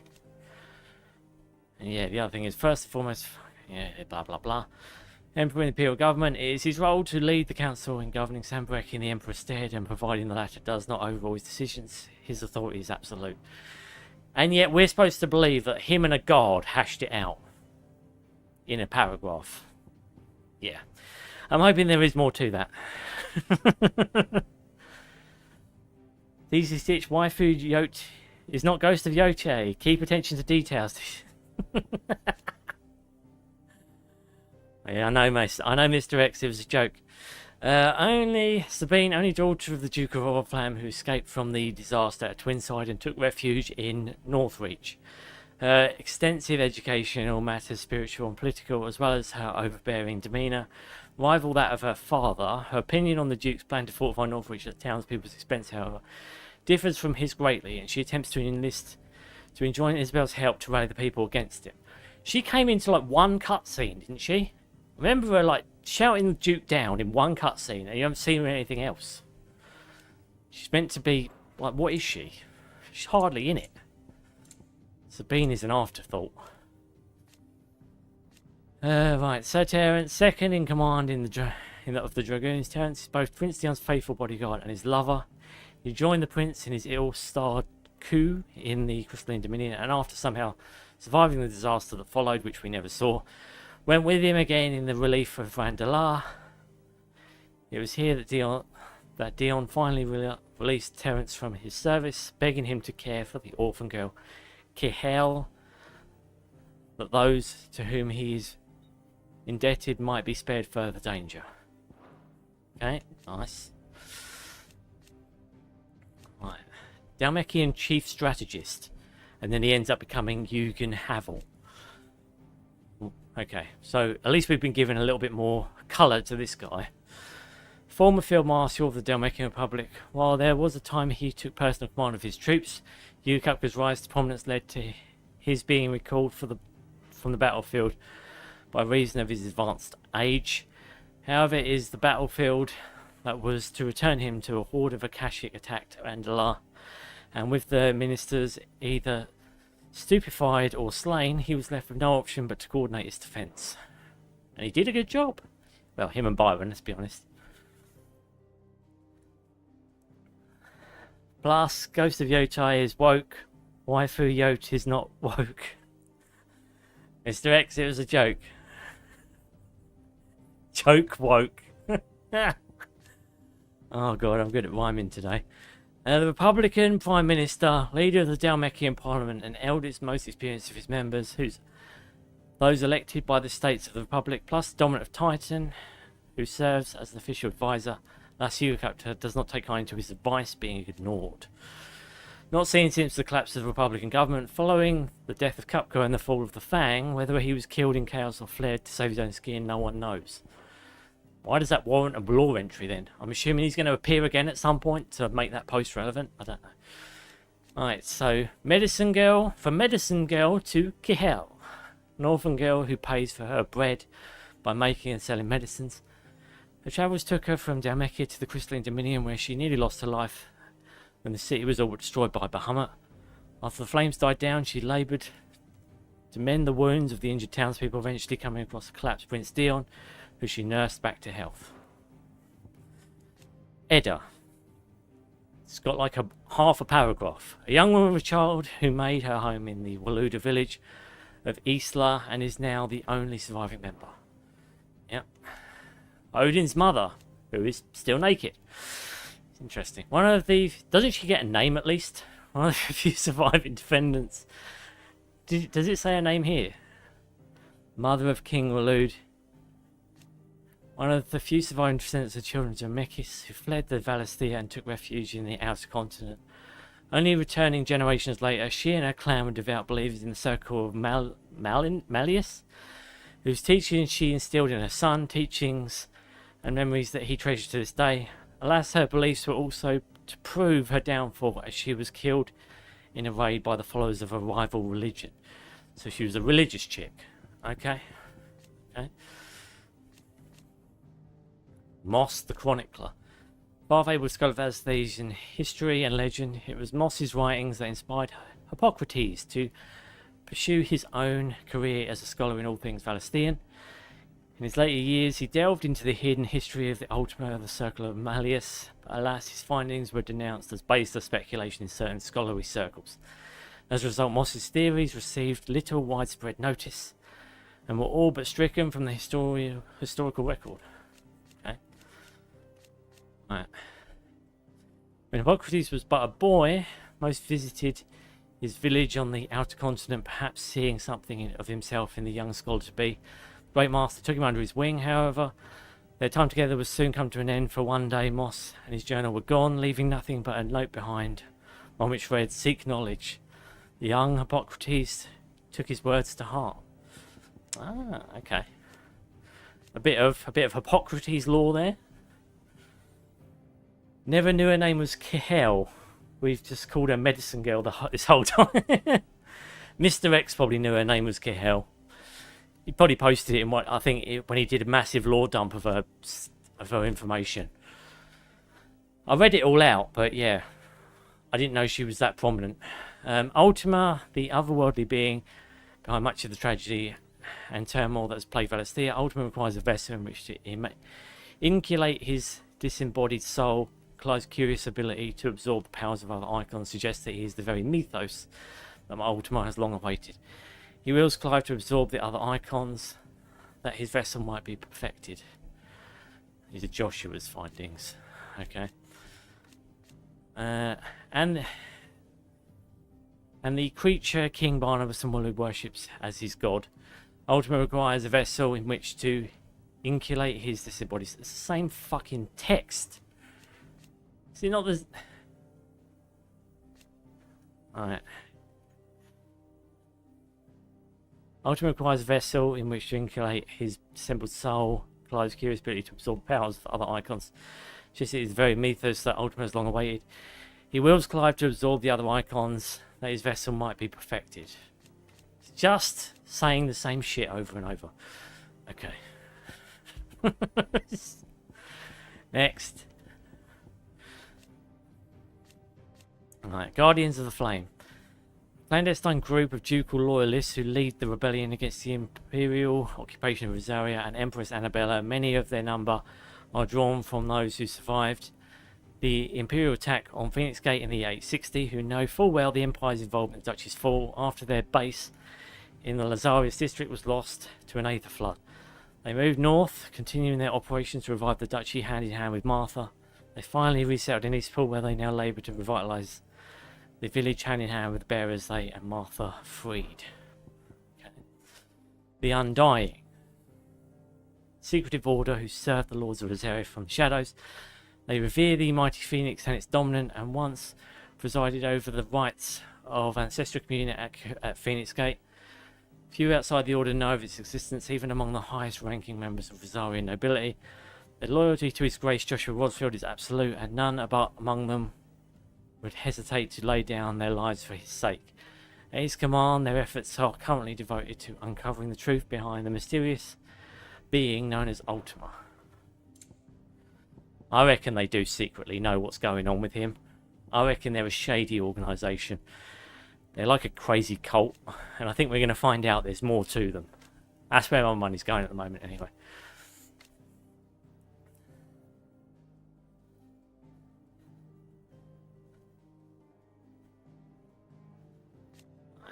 A hamlet located in the eastern part of the imperial province of Rosaria, deserted long after the culling, ordered by Empress Annabella, with bandits eventually moving in to occupy the ruins. The bandits were eventually driven from the ruins, and the hamlet claimed by a group of freed bearers and Sir Wade's Guardians of the Flame, who had but recently lost the Lazarius district of Port Isolde to an Aether flood.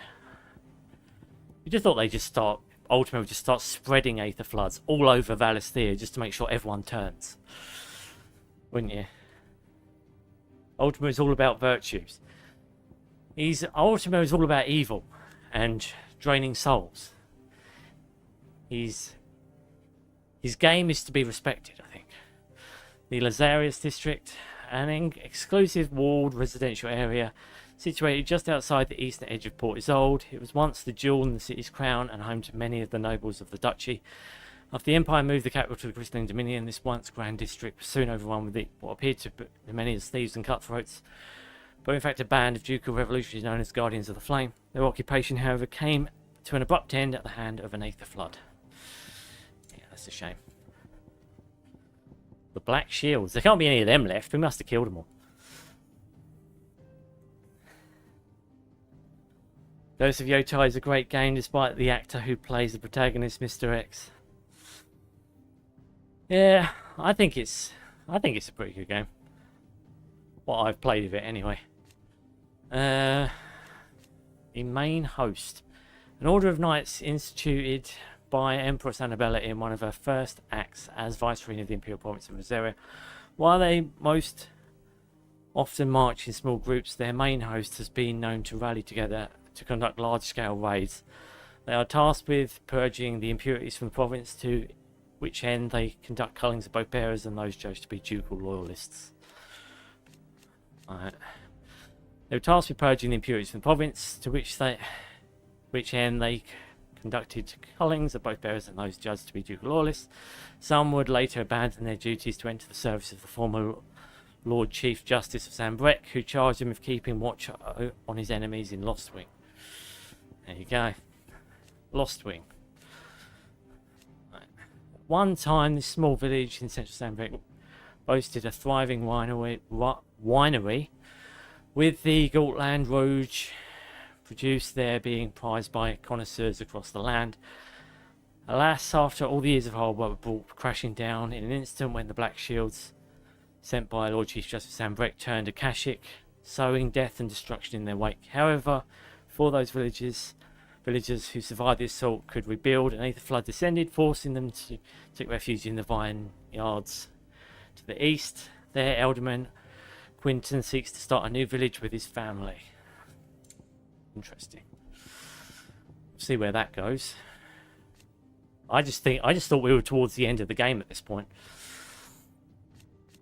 Dalmatian Republic, a nation formed from a federation of 5 smaller states. It is located in the southern half of the continent of Storm and has its capital at Wandalar. Having lost both Duke's Fang and the Mighty Titan, the political situation in Dalmekia has deteriorated drastically. The government scrambling to withdraw their troops from the ill-starred siege of the Crystalline Dominion, that they might be redeployed to quell the unfolding chaos at home. Okay. After the fall of Drake's Fang, a combined force of Akashic soldiers and orcs descended on the capital and came perilously close to destroying what little order remained. However, thanks to the intervention of Prince Dion Lesage of Zambrek and his knights Dragoon, disaster was averted at the last moment. Boom. I feel Stitch is afraid he's going to beat the game too quickly and doesn't understand that isn't happening. Really? I'm not worried about defeating it too quickly. I'm just making sure I get everything done right up until we do the final fights, you see, so we get a full run. That's my only concern. It's not really about running out of worried we're nearly at the end game. You just get the vibe, don't you? You get the vibe that we're near the end game. The capital of the American Republic, it was once a thriving hub of commerce where merchants gathered from across Valisthea and people enjoyed a life of peace and prosperity under the guidance of the Parliament of Ministers, who oversaw the nation's affairs from the safety of the Ministry of Law. Since Ultima brought about Primogenesis, however, Randalar's streets have been all but abandoned to Akashic Waluda soldiers and beastmen on the hunt for flesh. For flesh. Lovely. Kazijok. Kazijok? Is that Kazijok? These words, I swear to God. An old abandoned village was built on the banks of Surdra's thread in the Dominican Republic. Kazjlok long served as a depot for crystals ferried up and down the river. But frequent attacks on these slow-moving transports by bandits prompted the Republic to establish new caravan trails for fleet-footed chocobo coursers, essentially rendering the village obsolete. Soon after the final inhabitants departed, wild beasts moved in. However, there is an effort currently underway by Eloise and her crimson caravans to rebuild the town and provide it as a safe haven for displaced bearers. Good luck with that, love. Kretalv, a small Dominican village, bean farmers and goat herds built in the shadow of fallen ruins. They're located at the edge of the fields of Korava on a caravan trail that runs through Titan's Wake to the free cities of Canva. Swear to God, these names. It has historically received few visitors. As most merchants choose instead to take the less perilous gilded path north, it receives even fewer now that plague has taken the lives of most of its residents. Okay. Dravozd, town located in the rugged mountainous mining region of central Dalmekia, is known for its ironwork and armour and weaponry forged here, has long enjoyed a reputation as the realm's finest.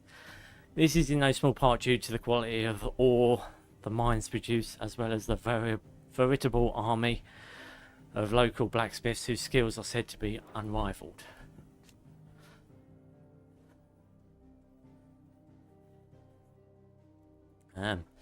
Southwestern Alliance, an entente formed between Dalmekia and the Duchy of Rosaria in the year 850 with the aim of preventing the free cities of Kenva from claiming independence from the Republic.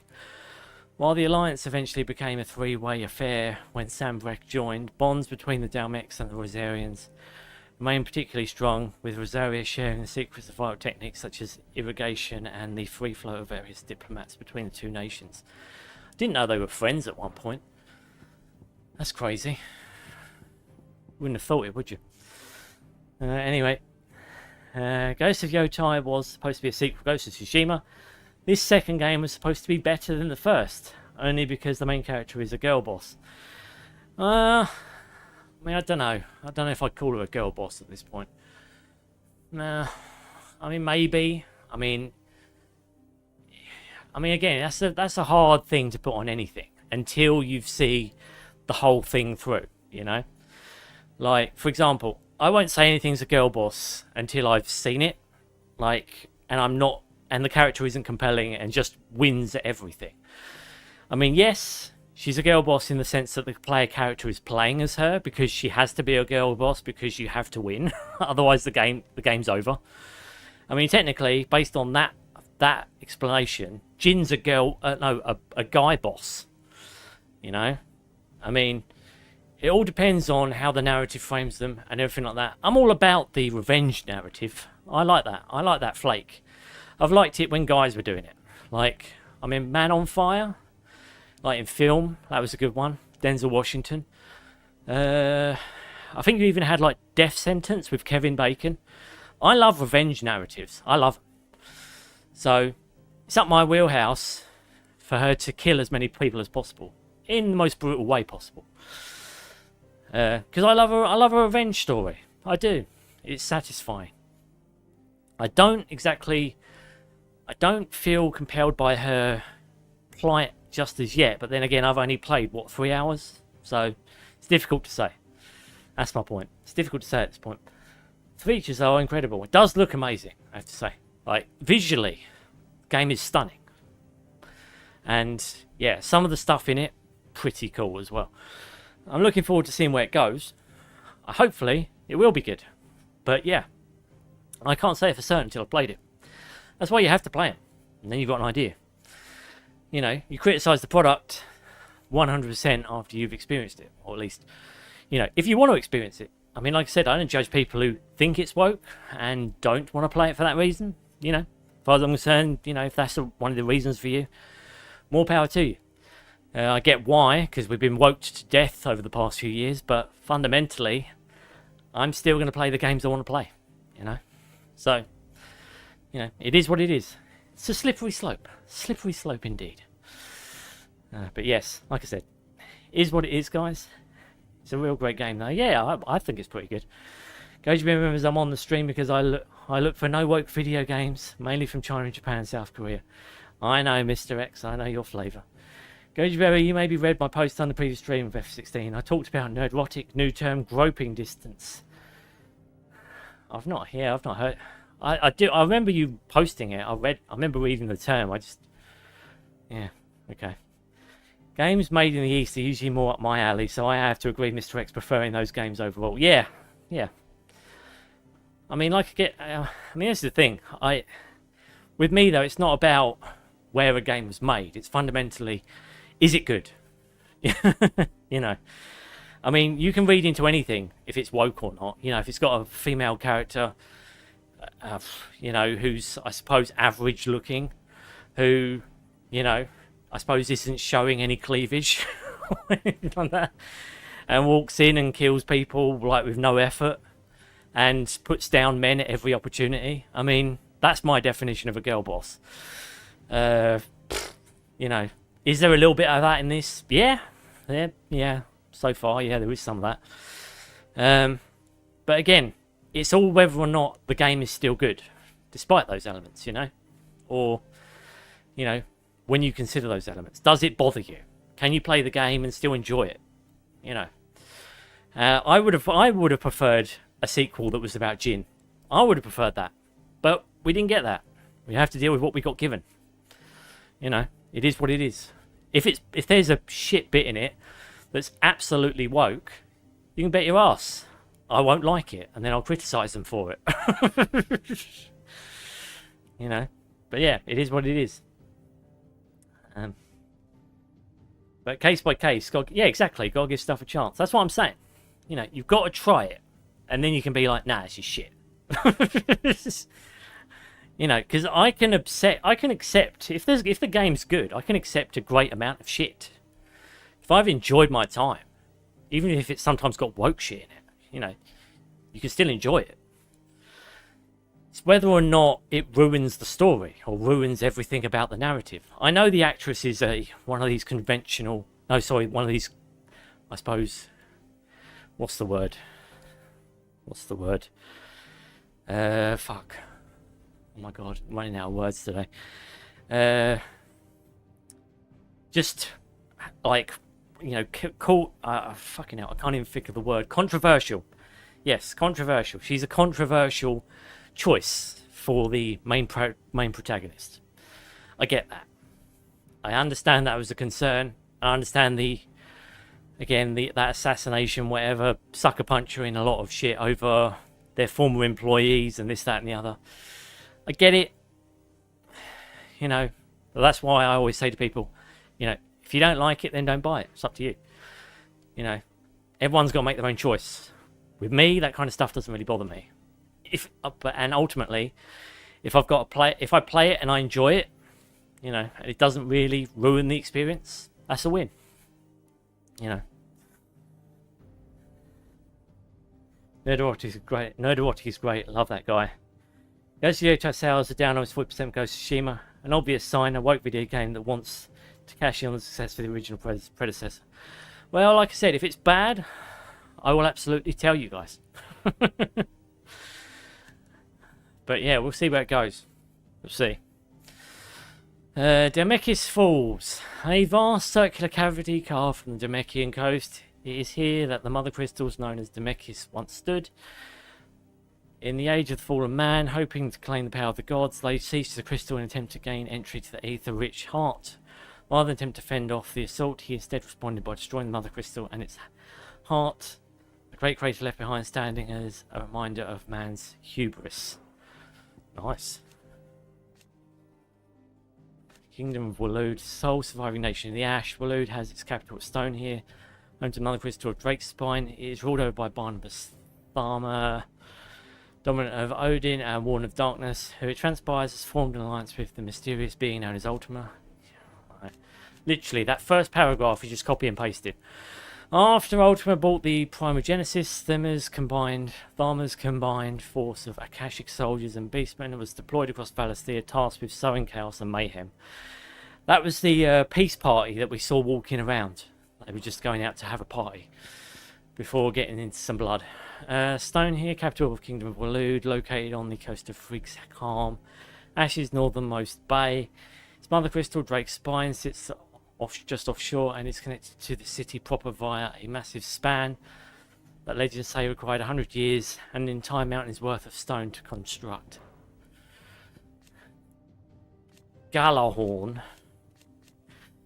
an ancient fortress in the western reaches of the Kingdom of Waloed, similar to other constructs across Valisthea. The keep appears to have been built on the site of ancient ruins, and it was in an underground chamber, not unlike Phoenix Gate's Apothecary, that a fully intact rendition of Ultima's iconical pantheon was discovered. Nice. Oh, shit, we're not done. Valdemark, formerly the most powerful kingdom in Ash until Barnabas Thammer led his armies in rebellion against its rule, and established his own kingdom of Waloed upon its still smouldering ruins. Right.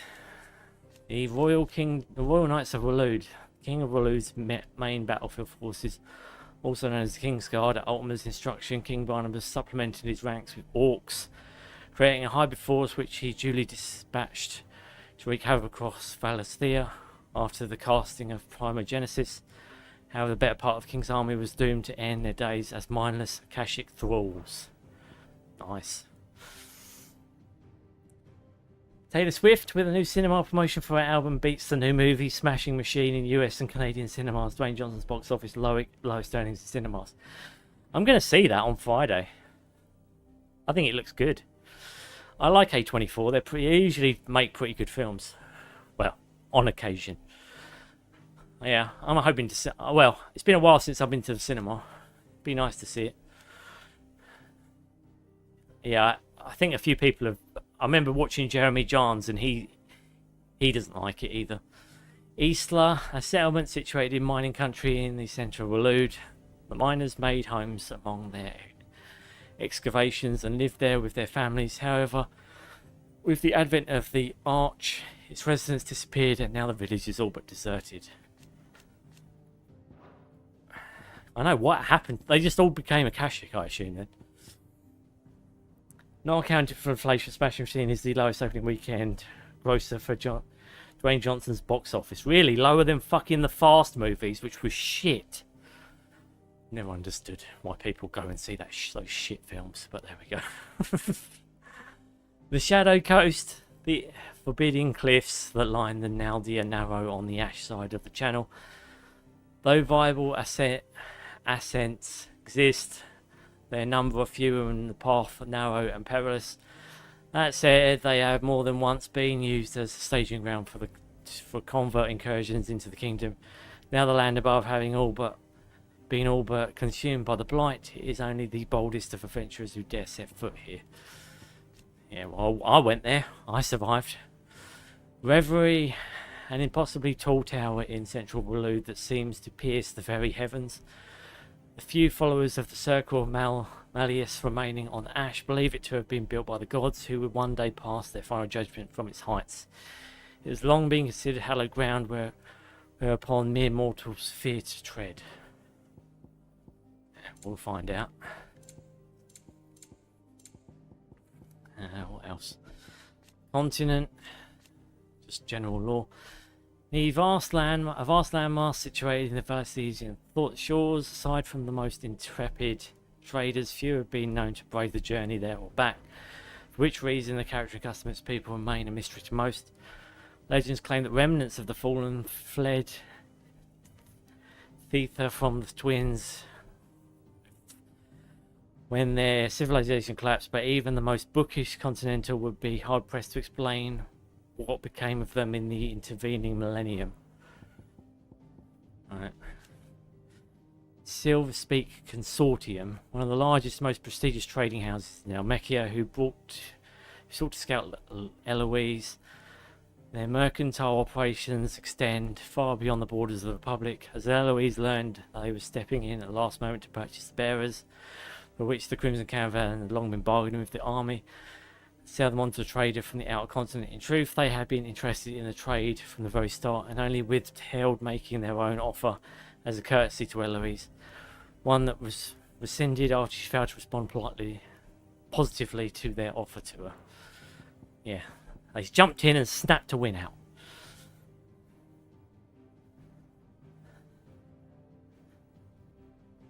tcgstitch and Ghostware. I recommend the Disney classic release 1995, The Black Cauldron. The 40th anniversary, October 10th. Ah. 1985. Jesus, that's an old one, Mr. X. The Naldia Narrow, a region of the Sea of the South, Strait of Ulthar, lying between the continents of South and Ash. The trading ports of the three seas of Canberra dot its western shores, making it the busiest stretch of commercial water in all of Valisthea. Though her currents are swift, storm-free skies and abundance of marine life allow the Narrow to serve as the source of much of the region's food. Crunchy, crunchy.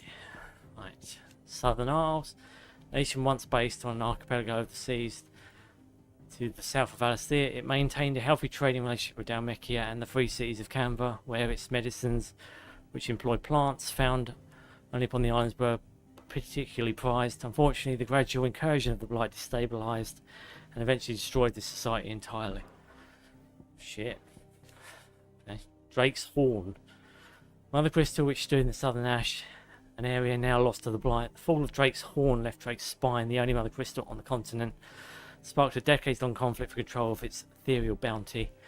After much bloodshed, it was erstwhile nation of Veldemark which finally subjugated the warring tribes of Ash and established a kingdom around what is now Stone here. Okay. Dhalmekia, a mother crystal that is believed to have stood in an area in the northern part of Dhalmekia. Legends tell it was destroyed in a battle between men and the gods. Battle so ferocious that it left behind a great crater that can be seen today. Ah, okay. Men managed to make that crater? Sure. First Disney movie to use CGI technology, but also a very dark one when it comes to the main enemy. Ah, okay. Yeah, I'd not heard of it.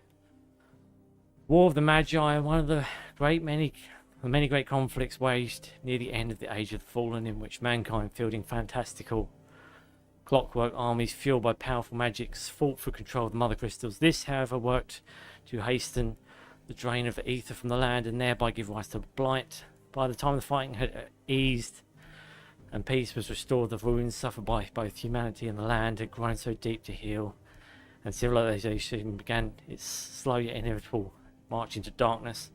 It's only a matter of winters before the thousands years of knowledge used to build the great magic faded and was eventually lost to history. That would have been interesting to see. Circle of Malleus, an ancient religion from which more recent saviour cults grew. Its beliefs were originally drawn from murals left behind by the people who lived near the mother crystal Dhalmekia, but while at one point it was a faith followed throughout Valisthea time and fading memory of the ancient culture that spawned it, saw it gradually fall from favour. This is the cultish behaviour that I'm not sure that those fucking Rosarian nutters are like part of it. Don't know, I could be wrong. Bank of Gilbert, the Great Lender. Folk religion popular in France, free cities of Canberra. Gilbert the Gold was a legendary trader who not only introduced the concept of fiat currency to Valisthea, but founded Canberra's very first merchants guild. When that same guild was later entrusted with administering Valisthea's common currency, they chose the name Gil in honor of their revered founding father. The faith is organised largely along the lines of a commercial organisation, and prayers tend to be aimed at bringing prosperity and success in business. How greedy of you. The Triunity of 859, Tripartite alliance formed in the year 859 between Rosaria, Dhalmekia and Sambrek. Its purpose was to oppose the independence of free cities of Canberra. Due to fears this might inspire similar independence movements elsewhere in the realm, the alliance was disbanded in 860 in light of an attack on Phoenix Gate and the dispute over Sambrequois culpability in the affair. They've been stabbing each other in the back for years at that point.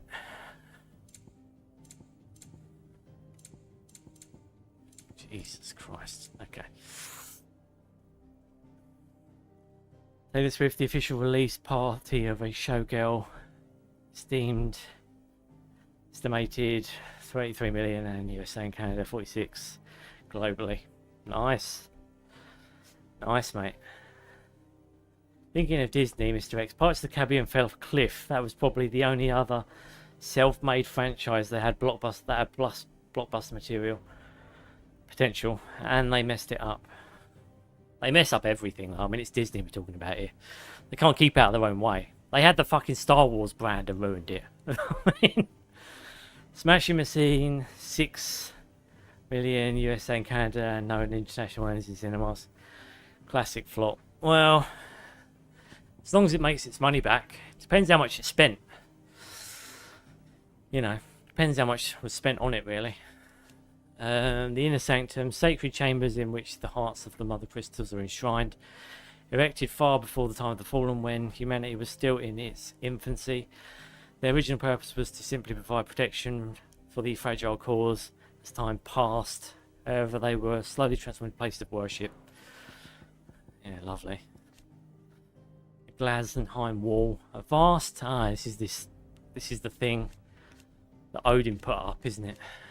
A vast ethereal dome created by King Barnabas Tharma, using the power of Icon Odin. It is not only capable of repelling assaults, both corporal and magical, but also can also consume any who might endeavour passage across its bounds, spanning from the mining settlement of Isla to the south to Frigg's Calm in the north. Barrier effectively blocks any approach to the Waluda capital of Stonehere for hundreds of leagues. Until we killed Barnabas, and they didn't do shit. A vast ethereal dome created by King Barnabas Tharma. It was not only capable of repelling assaults, both corporal and magical, but also consumed it might endeavour passage through its sounds. Spanning from the mining settlement of East, blah blah blah blah. I've read all that. Waluda capital of Stonehere for hundreds of leagues until its eventual fading followed the king's passing. It's good to put that bastard down as well. Icon. Hidden truths.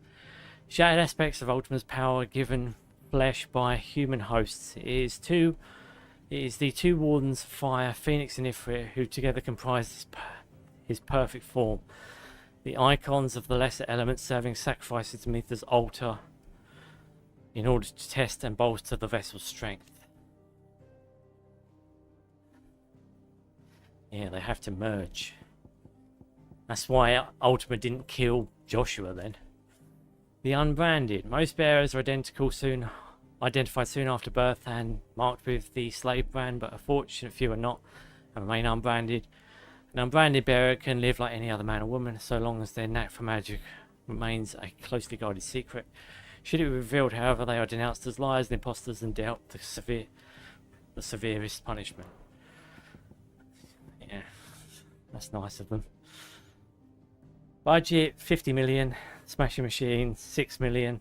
You send Canada into. Oh, okay. Yeah, then it is a flop. Magitech, a term that appears in early histories of the fallen civilization, describes their highly advanced magical technology, for which the airship is the best known example. They also produce weapons, all but indistinguishable from living beings, yet whose destructive power will rival that of the gods of legend. The early chronicles labelled these beasts as the iconoclasts, and it is from this term that the icons of the present day take their moniker. Okay. Why is that relevant though? Is it just some backstory for icons? Alright, I think we want to read up to the mural intact. Ancient mural, a religious image of Circle of Malleus, an ancient faith that worships Ultima. It depicts the icons ranged in adoration of a central figure thought to be Ultima himself, the god that rules above them all. The image is found across Valisthea, but it was only on encountering a fully intact copy deep beneath the ash that Joshua discovered that the Phoenix does not appear among the icons depicted. It depicts icons ranging in relation to a central figure from the Ultima god that rules above them all. Joshua discovers an unblemished version in the depths of a Waluda stronghold of Galahorn and learns that the figure thought to be Ultima is in fact that of Ifrit risen, Ifrit and the Phoenix united as one. And that's scary shit. That means they shouldn't be reuniting anymore. Akashic divinity. The irreversible change brought about by living beings overexposure to ether. Creatures are stripped of any intelligence or sense of self that they once had and become suffused with life force, usually manifesting as extreme strength and aggression. Though most are regarded men who turn Akashic as naught, but mindless monsters Barnabas and Sleipnir claim they are in fact divine. Yeah, I'm sure they are, mate. Echoes. Right. Strange clockwork constructs often encountered in and around fallen ruins. They were once only ever found protecting such structures, but in the aftermath of Primogenesis, beneath the blackened skies that followed, they emerged from the ruins at last and can now be seen all over Valisthea. Though widely assumed to be vestiges of fallen civilization, it seems they were in fact originally servants of Ultima, created by him in the time lost to memory, and that it was only over long years of scavenging wreckage from fallen ruins that they took on their current form. Since Ultima's reawakening, they have been gilded by his will and his will alone. Slave traders. This is Doris's backstory, isn't it? Those who make their coin buying and selling bearer slaves, while the trade is highly regulated. A slave is a valuable asset, and so there is thriving black market in stolen and unregistered bearers. Dory's former master was such a black market trader who trained her abducted charges as killers for hire, knowing that if the bearer was caught in the act, their ownership records could not lead the constabulary to her door. But they could grass her up, couldn't they? You know, they could say to her, "This bitch sent me on them." They don't know any loyalty at that point, do they? Unless they would, I suppose, because they're bearers, they'd probably be ignored, I guess.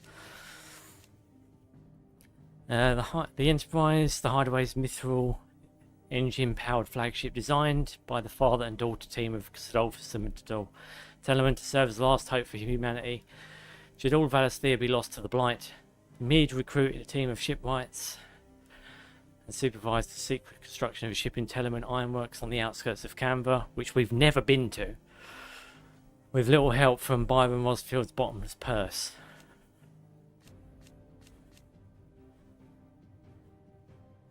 Telemon, so last hope, blah blah blah. The mithril with which it is fueled is a highly concentrated source of energy, allowing the ship to achieve high speeds, twice that of a galleon at full mast. Nice. Yeah, we read all that. The Einhjar. This is Odin's ship, isn't it? Flagship of Uludu Army, also known as the Black Galleon, is a vast 7-mast vessel constructed of 3 conjoined galleys and could aptly be described as a floating fortress. Alongside the Royal Cavalry, it is pride of Waloed and is capable of swiftly delivering elite troops onto enemy soil to make war in the name of the mighty Odin. Jill was kept prisoner here after being captured by King Barnabas. That's why there's a law entry. Orchestrion. Ah, okay. Now we get to find out what that fucking thing is behind the back of this goddamn music box. It was designed and constructed by a young Mid, and Sid labelled it her first true masterpiece of engineering. He hid his own masterpiece inside it, and the final part that his daughter would need to complete the calibration of mithril engines that the two designed together. Can I just say, that was poorly put together. Like, I remember it fell out of the back of the thing, and we just give it to Mid, off screen. You don't even see what happens to it. It's only reading it here now that I know what that stupid part in the back of it is. It completes her airship. Fucking poor display, guys. Poor display. Gasal greens. Leafy green vegetable loved by chocobos, such is the bird's attraction to its scent. Traders who transport them by the wagon load must seal the boxes tightly, lest they should find themselves accosted by a flock of wild bows on the road. Though most Gasal greens are known for chocobo fodder, they can be eaten by humans too, provided one trims away the toughest fibres and boils the fleshy leaves in salt water until soft.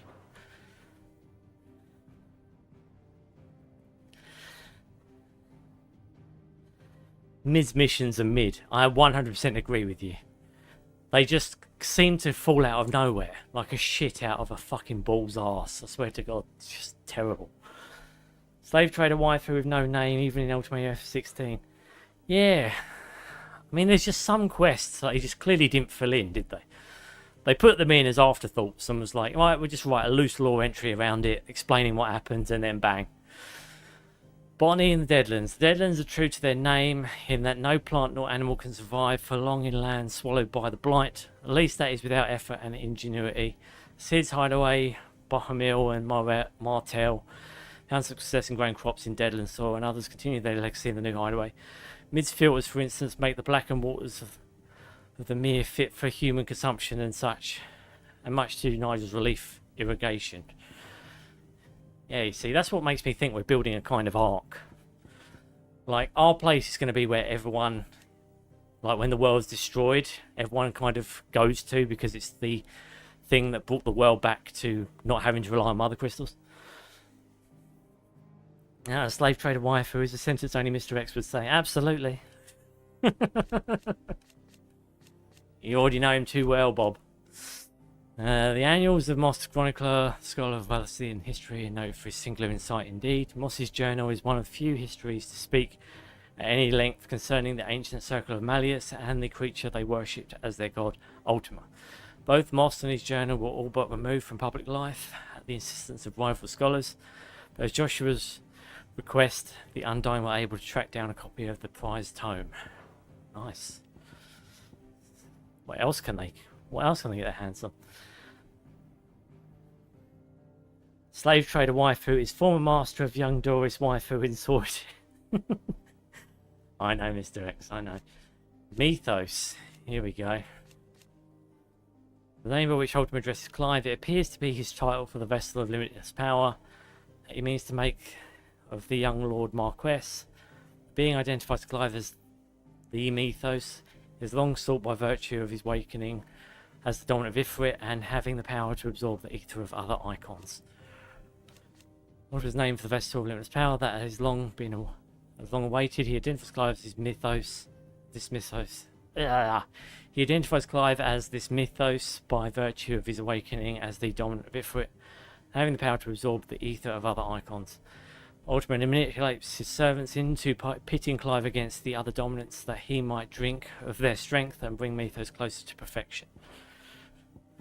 He just basically pawns. Will. That which separates humans from animals and is given shape by consciousness, sense of self and the freedom of thought.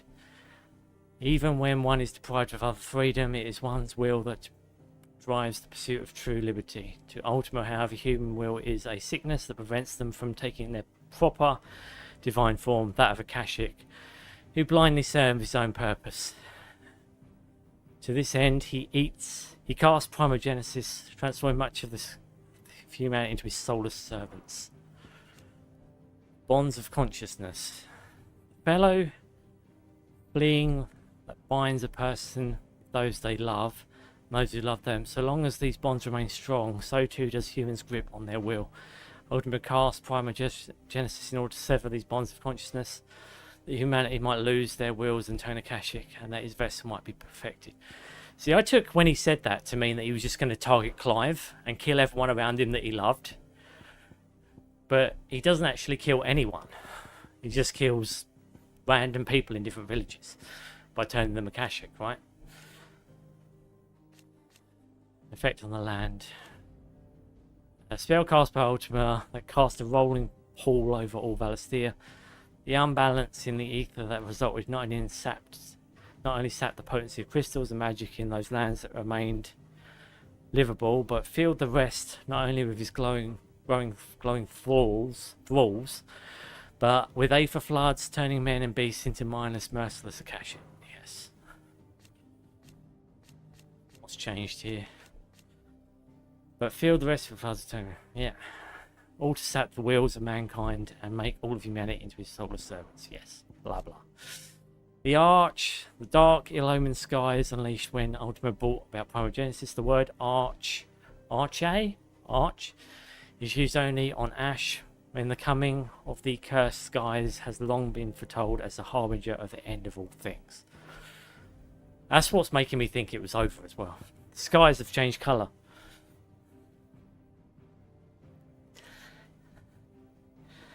One, 110 of lore so far. I love that you're counting, Bob. Oh, don't worry, we're nearly there though. Look, there's nothing left. Just a couple of them. We've got Shiva's lore, Hidden Truths, the Warden of Ice, for whom Geowarrick is the current dominant long before the fall of the Fallen. There existed a tribe in northwestern Storm known as the Moats of Ice, among whom the dominant Shiva would be born. Tales of the Ice Queen of Old North are passed down among the men and women of the Northlands to this day. Bang. Odin. Hidden Truths. The Warden of Darkness who rides deep into battle atop his six-legged steed. Black blade in hand. His latest dominant, King Barnabas of Waloed, a man scholars believe to be the descendant of the ancient motes of darkness within whose line all dominants of Odin are born. However, they have as yet been unable to prove this point on account of no records of any Odins before Barnabas Vermeer having come to light. So he's the only Odin. There's not been any other Odins. The Chimera, remember fighting that last time?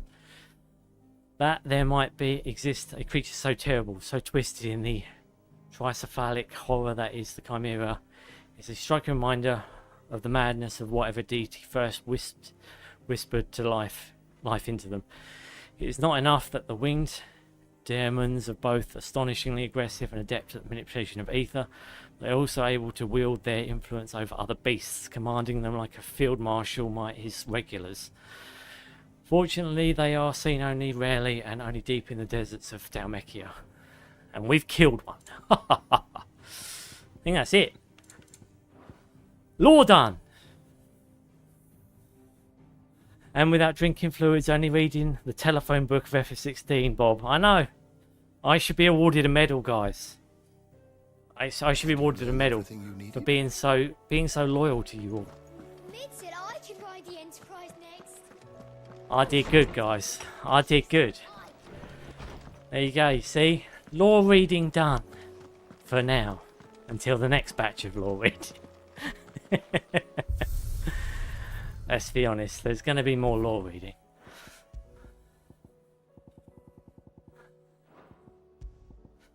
Let's replay any stage we want. Does that mean we get items as well? See, that costume just has nothing on this one, does it?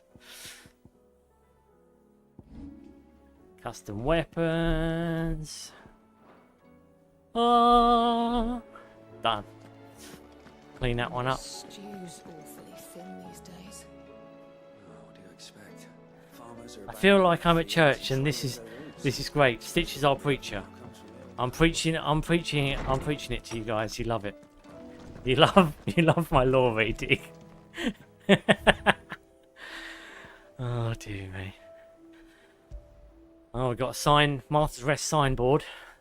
Emblem of Master's Rest, personal fiefdom of the landlady of the Golden Sables, and an island of safety and security in the sea of anything but. It shows a Seabing Chocobo, and the guardians of the bearers of Rosaria can rest easy, safe in the knowledge that they have a friend in Martha.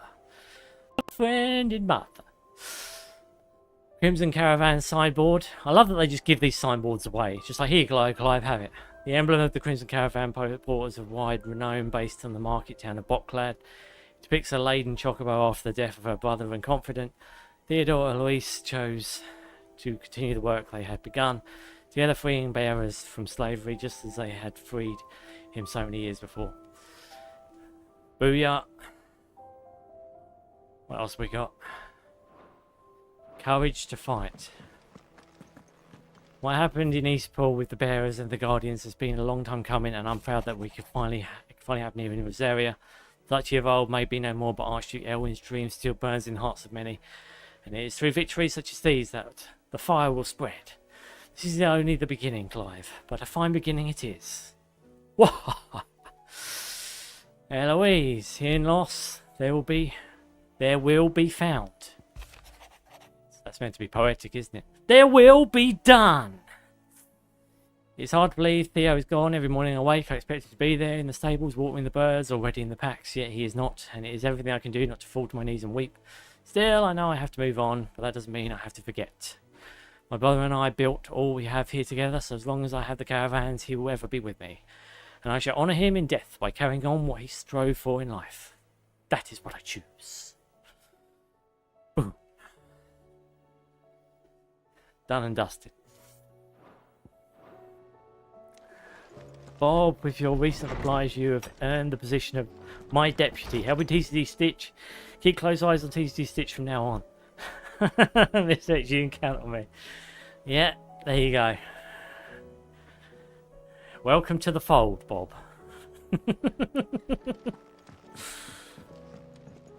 We went without music for so long. I was like, where is that music coming from?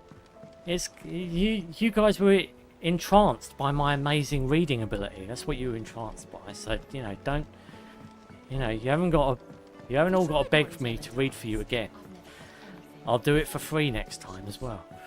You know, I know you guys love my lore reading. It's basically why you're all here, fundamentally. You know, you live for this shit. And I for one don't blame you. There is an audio lag, Stitch. Is there? Hang on a minute. Video to audio is lagging. Shit. Hang on a minute. Let me listen.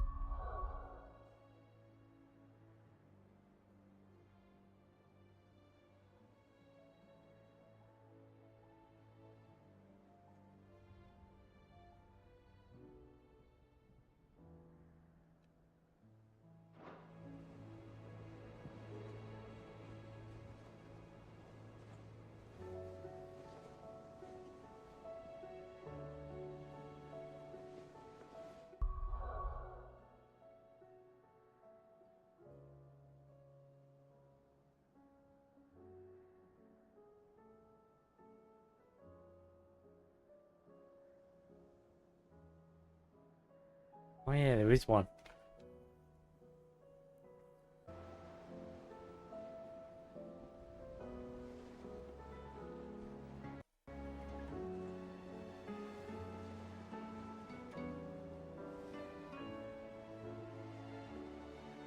Right, I turned the stream off and on again. I briefly cut it off. What about now? Is there still a lag, guys? It's good it's good you guys noticed, actually. Fucking hate audio lag.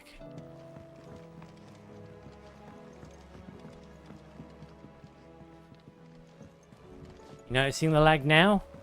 Or is it gone? Try running around a bit.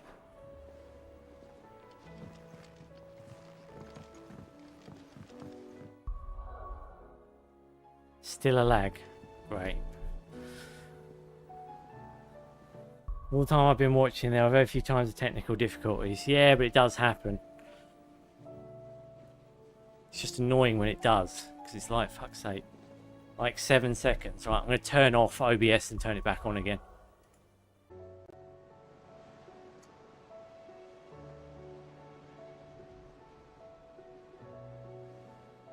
Alright, I turned all of OBS off and back on again.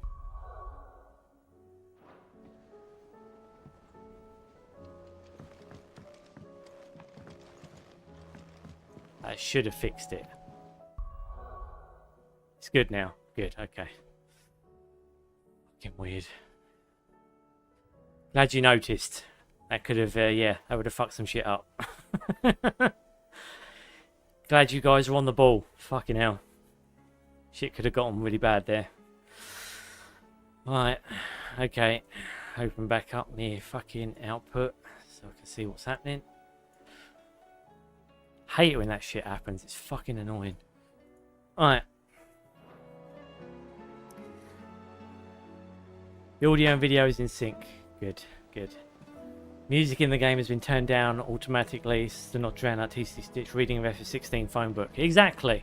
It's very important, that. Very important, Mr. X. See, Mr. X left you in good hands. He sure shit did. You guys are fucking on track. You know when the fucking audio's out. I like that. I like that. Save some fury, some anger on my part later on when I try and edit a fucking clip together. What is it that you wish to learn? Right. Study it I don't. well, Clive. Is it just me, right, Bob? Right. When you played this game, did you ever understand what this fucking thing is? Like, is it meant to show like battle strategies? Like, is it meant to be like a top-down view of like the, I suppose, the lore readings? I understand like what area of the map we're fucking talking about. Because this always confuses the shit out of me.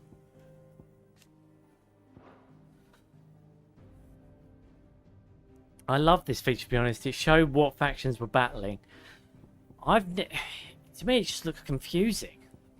Like, at least a lore page is a lore page. This is like loads of random shit spread over a map. I suppose you know the regions. I suppose that's handy. But the rest of it...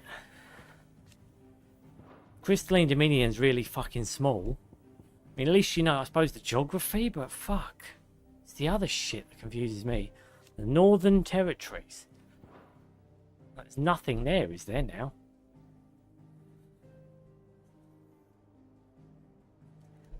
It was more relevant in the... Shelby faction about it was more relevant in the beginning of the game, though. Yeah. Quick shout out to tcgstitch before bed. Welcome to the party, pal. Quick welcome to the party for Cloud. Pleasure to see you, buddy. Hope you're doing good. Today's lesson. Have you streamed today? Now pretty much every faction is dead, so it doesn't matter. Yeah, well, there you go. Oh, ain't it? The Mog might have more for us. What else is on the hunt board, Moogle? Oh, here we go. We've got an S rank there. Holy shit. Got a load of A rank beasts. Another S. 1, 2, 3. We've got 4 S rank beasts now. Oh my god, there's more! More A ranks. Fuck. Okay. Shit's getting serious, guys. Love that. Hope you're well, mate. You too, mate. Have you streamed today? Cloud Dizzle. Hello. Yes, welcome to the stream, dude. We need to kill some of these beasties. We need to kill some of these fucking hunts. They'd probably wipe the floor with me, but we can still try. Alright, let's deal with the A ranks first. The Gobermausch.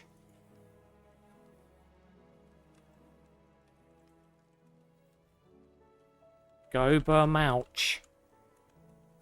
Sorry, guild. Oh, fuck. Hunt board. Bollocks trying to find him. It's just not worth my time.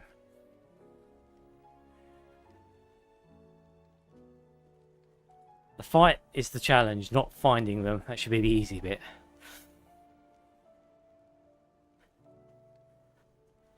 That should always be the easy bit, guys. That should always be the easy bit. Kingdom of Waloed.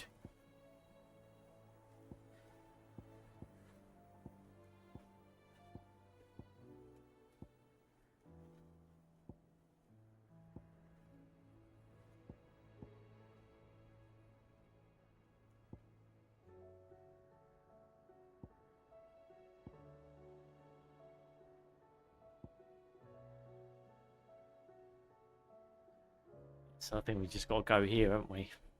Beasts are going to be...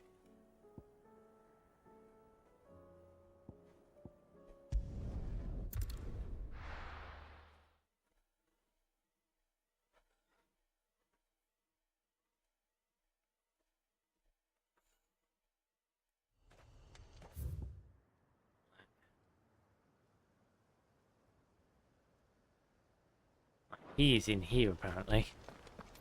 Save me a bit of hassle. No, tomorrow, hopefully. Hey, Mr. X.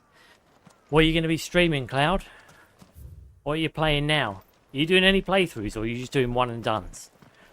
You doing any more skate? I just watched all of the cutscenes with waifus from at least 16 years old and up, and also side quests and F16 tcgstitch. No lore reading.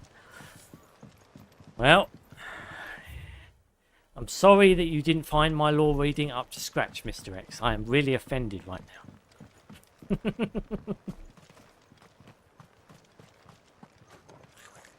Hello, Goblin. Gobermausch. You want some, do you? Alright. I just killed Odin. Should be able to deal with you.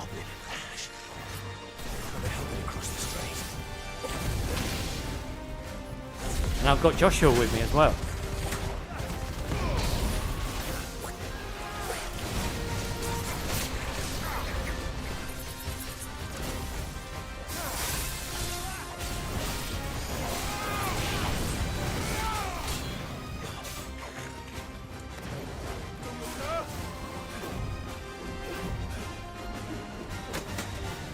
Ooh, he just hit Joshua in the face.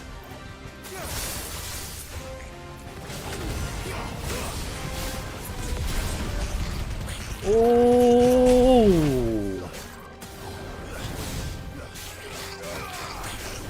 Ooh! Ooh! Ah.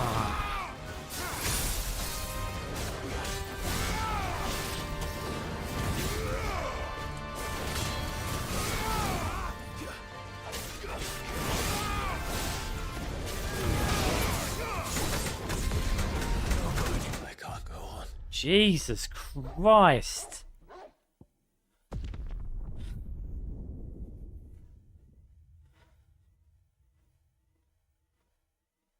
Despite knocking the dick down.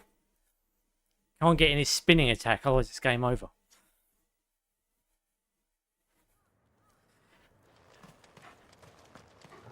Don't mind Dick Demarche.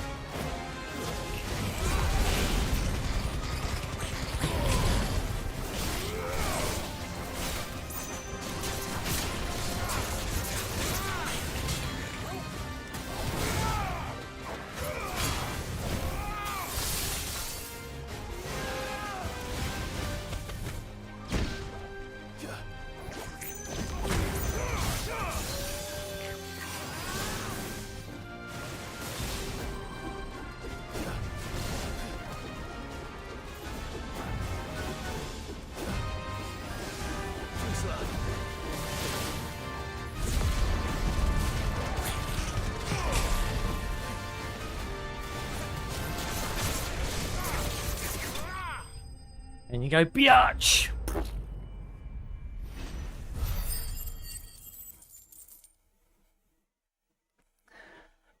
Something for Halloween.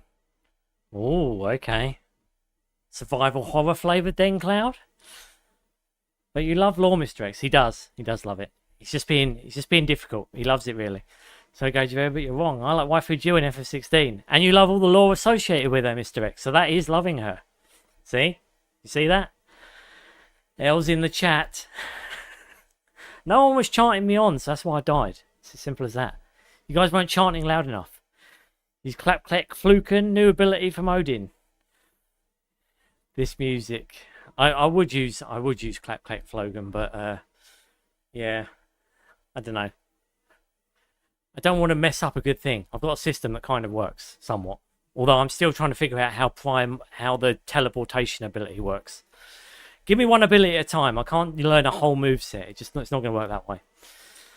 This music, I know, it rocks, doesn't it?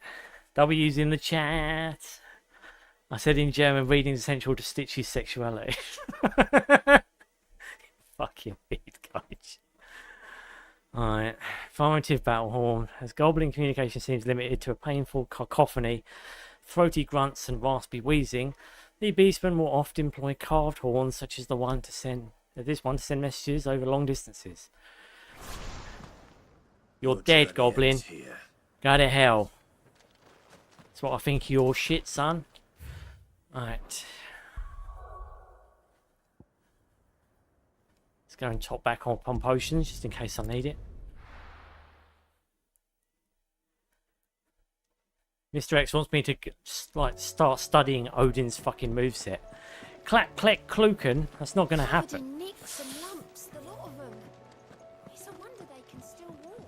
Better if you use Rift Slip as a stack up to combo. Like hit a combo and use it as the finisher. Rift Slip reduces the cooldown time of other skills if you use them during the slowdown window. Okay. So, do a combo attack and then use the Rift Slip ability? Is that what you're saying, Bob? Clive. I just need to find a way of integrating it. That's the thing. Once I know how to use it, and when it's triggerable, or at least when I get the value of it, then I'll use it. But like I said, at the moment, like all moves, you don't know when to use them, so you just randomly fire them. Even though it's probably not a good move. We just took down a Noblin. That's right, I'm going to call him the Noblin, because he cheated to kill me once, little bastard.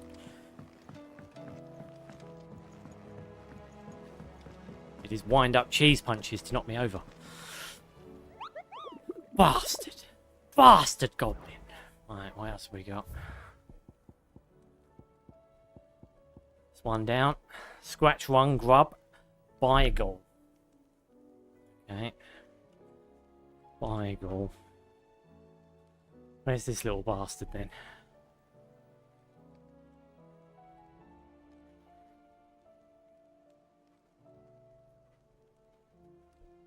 I think in order to fight these beasts, I have to go to the new area anyway. So I might just want to go to the next part of the story. I think that's what I'm going to do. I don't think I can get to a lot of these things because they seem to be in Wooloo, don't they? I mean, I could try and fight one of the S-rank monsters, just so we can get a taste of how shit they are to fight. I mean, they'll probably kill me, but we could have a look. What was the first one I got? I think it was this one, wasn't it? The Breaker of Worlds. Right, if I try and fight that one... I mean, unless you guys think that's out of my league. I mean, it says here you should be level 45 to fight that. What level am I? I'm 44, so I'm one level down.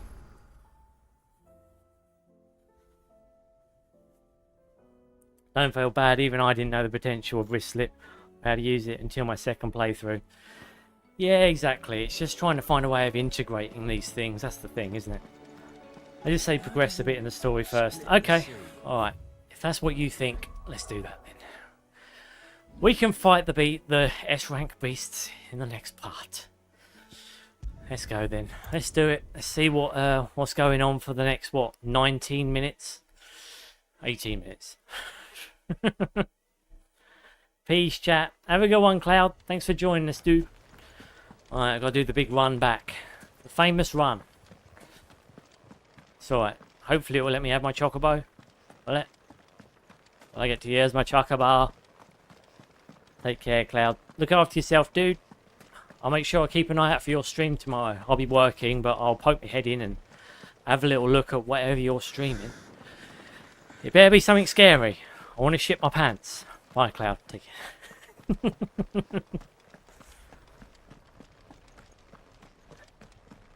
It's nothing quite like a survival horror that makes Stitchy poo. Alright, let's go. Thank you for the potion.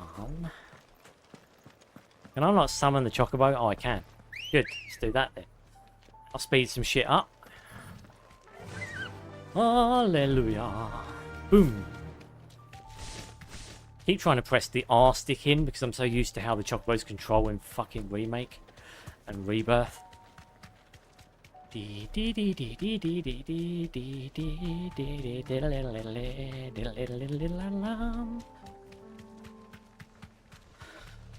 Alright. See you beastie bastards later. You eagles can't stop me either. You'll get used to it. Too good for you. Too good.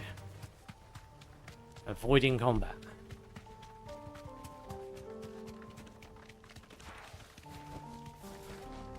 Here we go. Not an unturned soldier in sight. Then we end their suffering.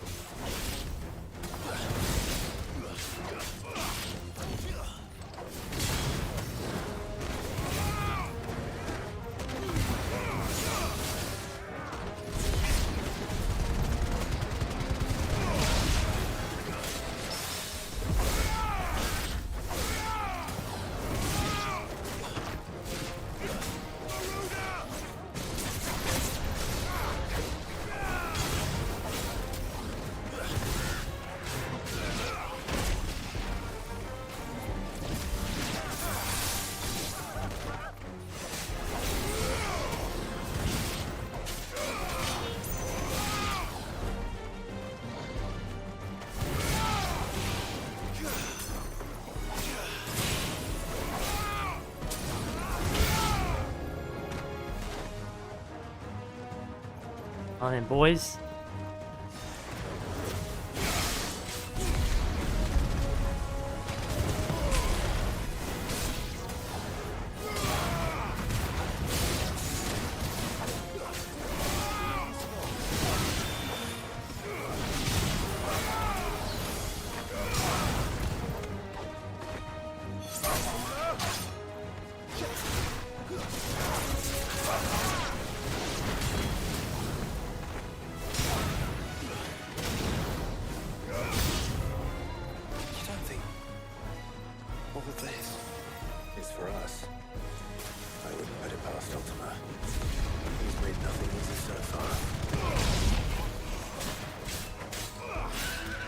Even sending chocobos after me, that's just cold, bruh.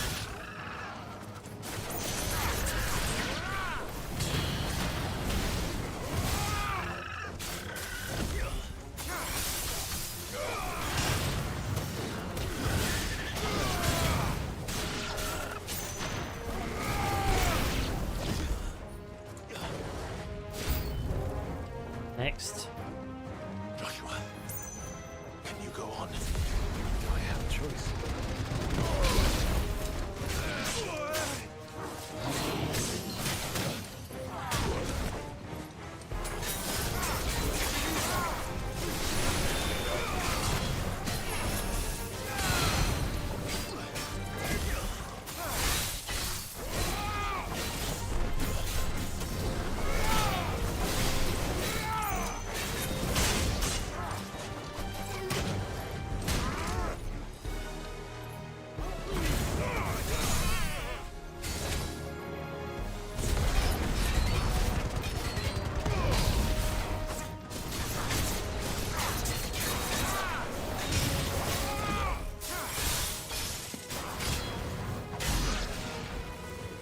There you go, bitch.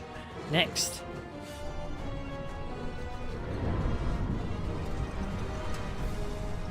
Uh-oh. It's a fucking giant fucking orc, man.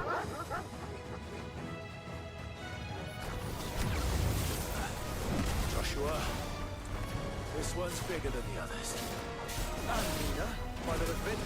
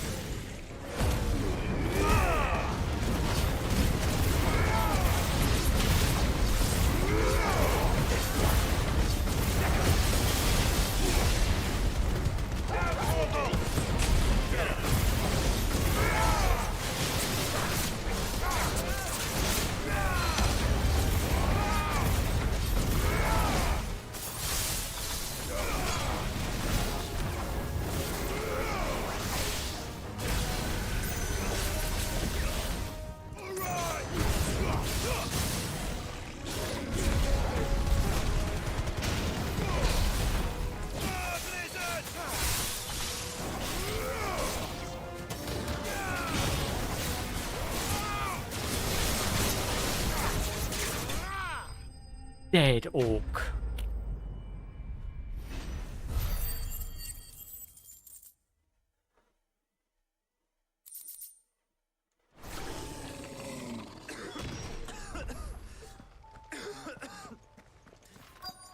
We can rest here if you like.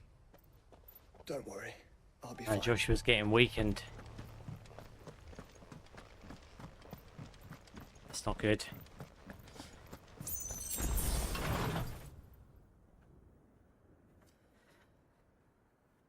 So now we'll be cutscene Waifu Jill and Prince Theon using both their icons' powers. Keep eyes open. Oh, okay. Look, Clive. There it is. The last crystal. The place is a fortress. Getting Elden Ring vibes.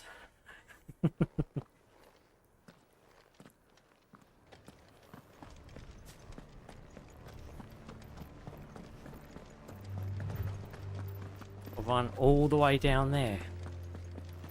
Like a ducker doodle.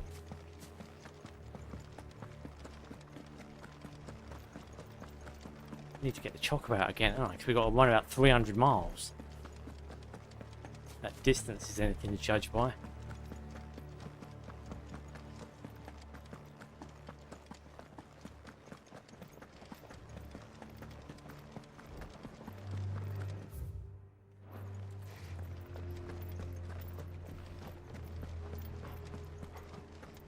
You've got fodder type enemies. What's that? It's a lick. A leash or whatever the fuck. You know what, fuck it, let's just keep going. There'll be time for this shithole at some point. No villagers. No knights. No, nothing. Not even any bodies. One could almost believe the whole kingdom had turned to Kashek. Because it probably has, but... It probably has.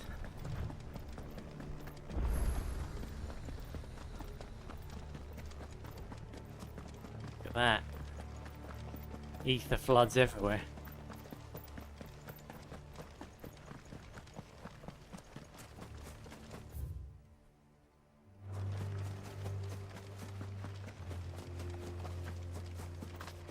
Oh, that's that boss.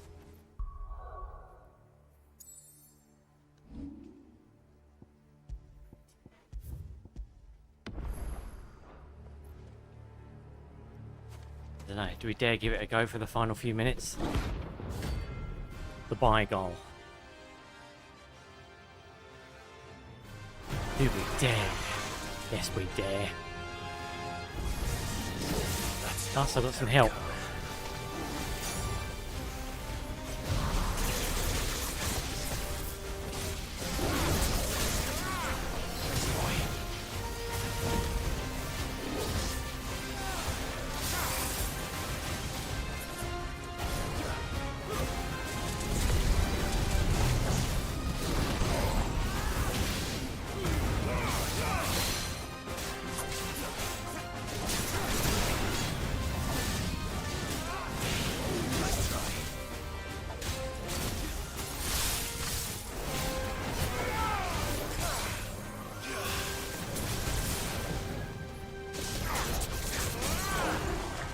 And you go, biatch.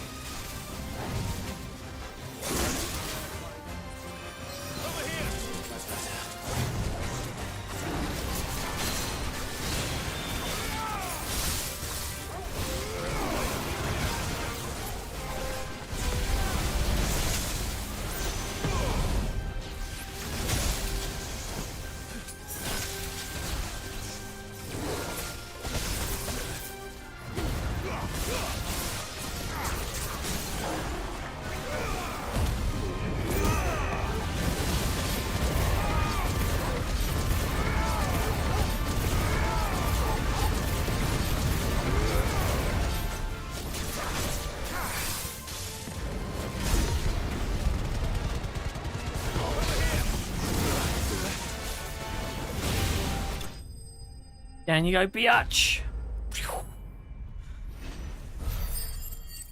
Ah, it's beautiful. The curl whisker finds the intersection of a curl's whisker, shows it to be composed of almost entirely of metal. While this would go some way to explain why some curls can channel lightning, it raises the question of how the metal got there in the first place.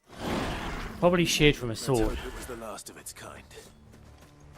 Well, fingers crossed for it. Get this side quest done while we're here. We killed the curly piece of shit.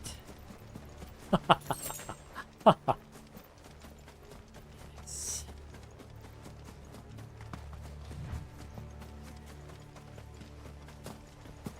He was pretty spry though, I'll give him that.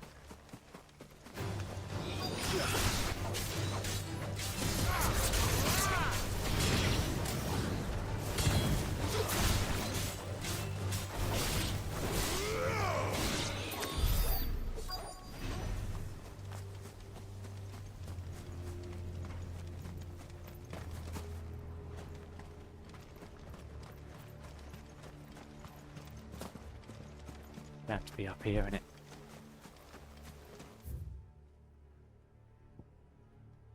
Bury the ring in the grave of the soldier's parents.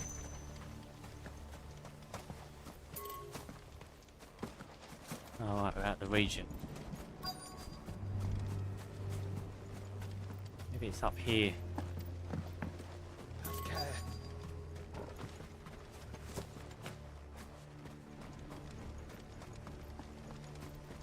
Ah, there we go.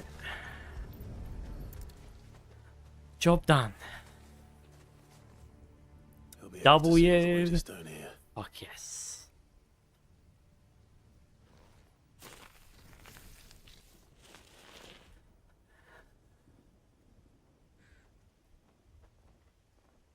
finer resting place as any man could hope for. Reunited with those he loves at last. Boom. Quest complete as well. Guys, we know what my skills. Clutch mine. For centuries, these strange egg-shaped clusters of ore were ignored by Willow's Pikmin. Since clutch mine is brittle, dull, and little use in its own right, but when it was later discovered substance could be added to the metals to increase their strength and hardness, it was mined to the point of exhaustion. I've got some now.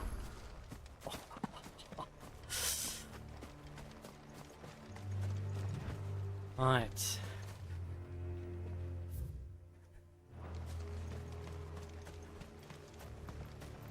Hype. Amen, guys. Amen. Kill the beast and a side quest. It's 2 for the price of 1, that.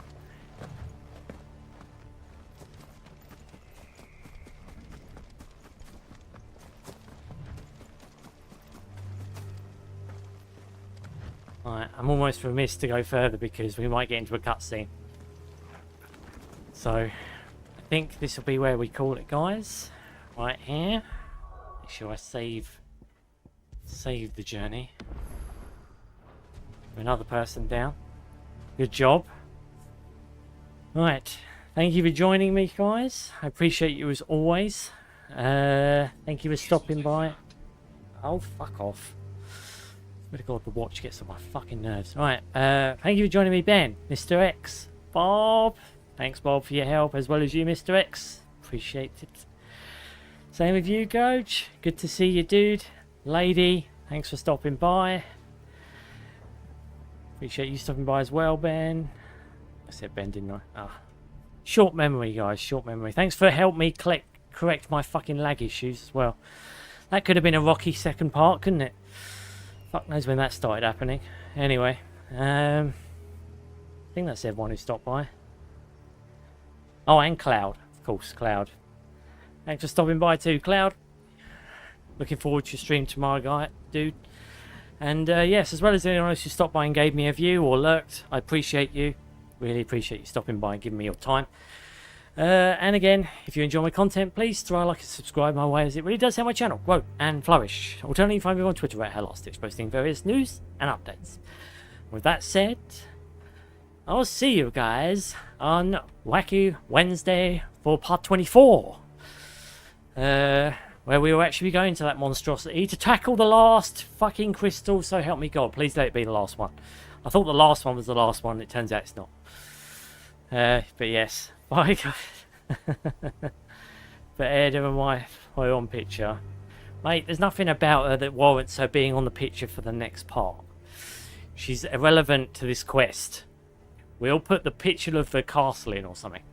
I don't know. I'll think of something. But yeah. She's just a woman that Gav walks off with. If she was relevant to the next part significantly, I'd be like, okay, fair enough. I just don't think she is. Bye, tcgstitch. See you, Mr. X. Have a good one, buddy. Bye, guys. Take care, man. Have a good one, Bob. Cheers, Coach. Look after yourselves, guys. Yeah, I'm looking forward to seeing you guys on Wednesday. Alright. Take care, guys. Bye-bye.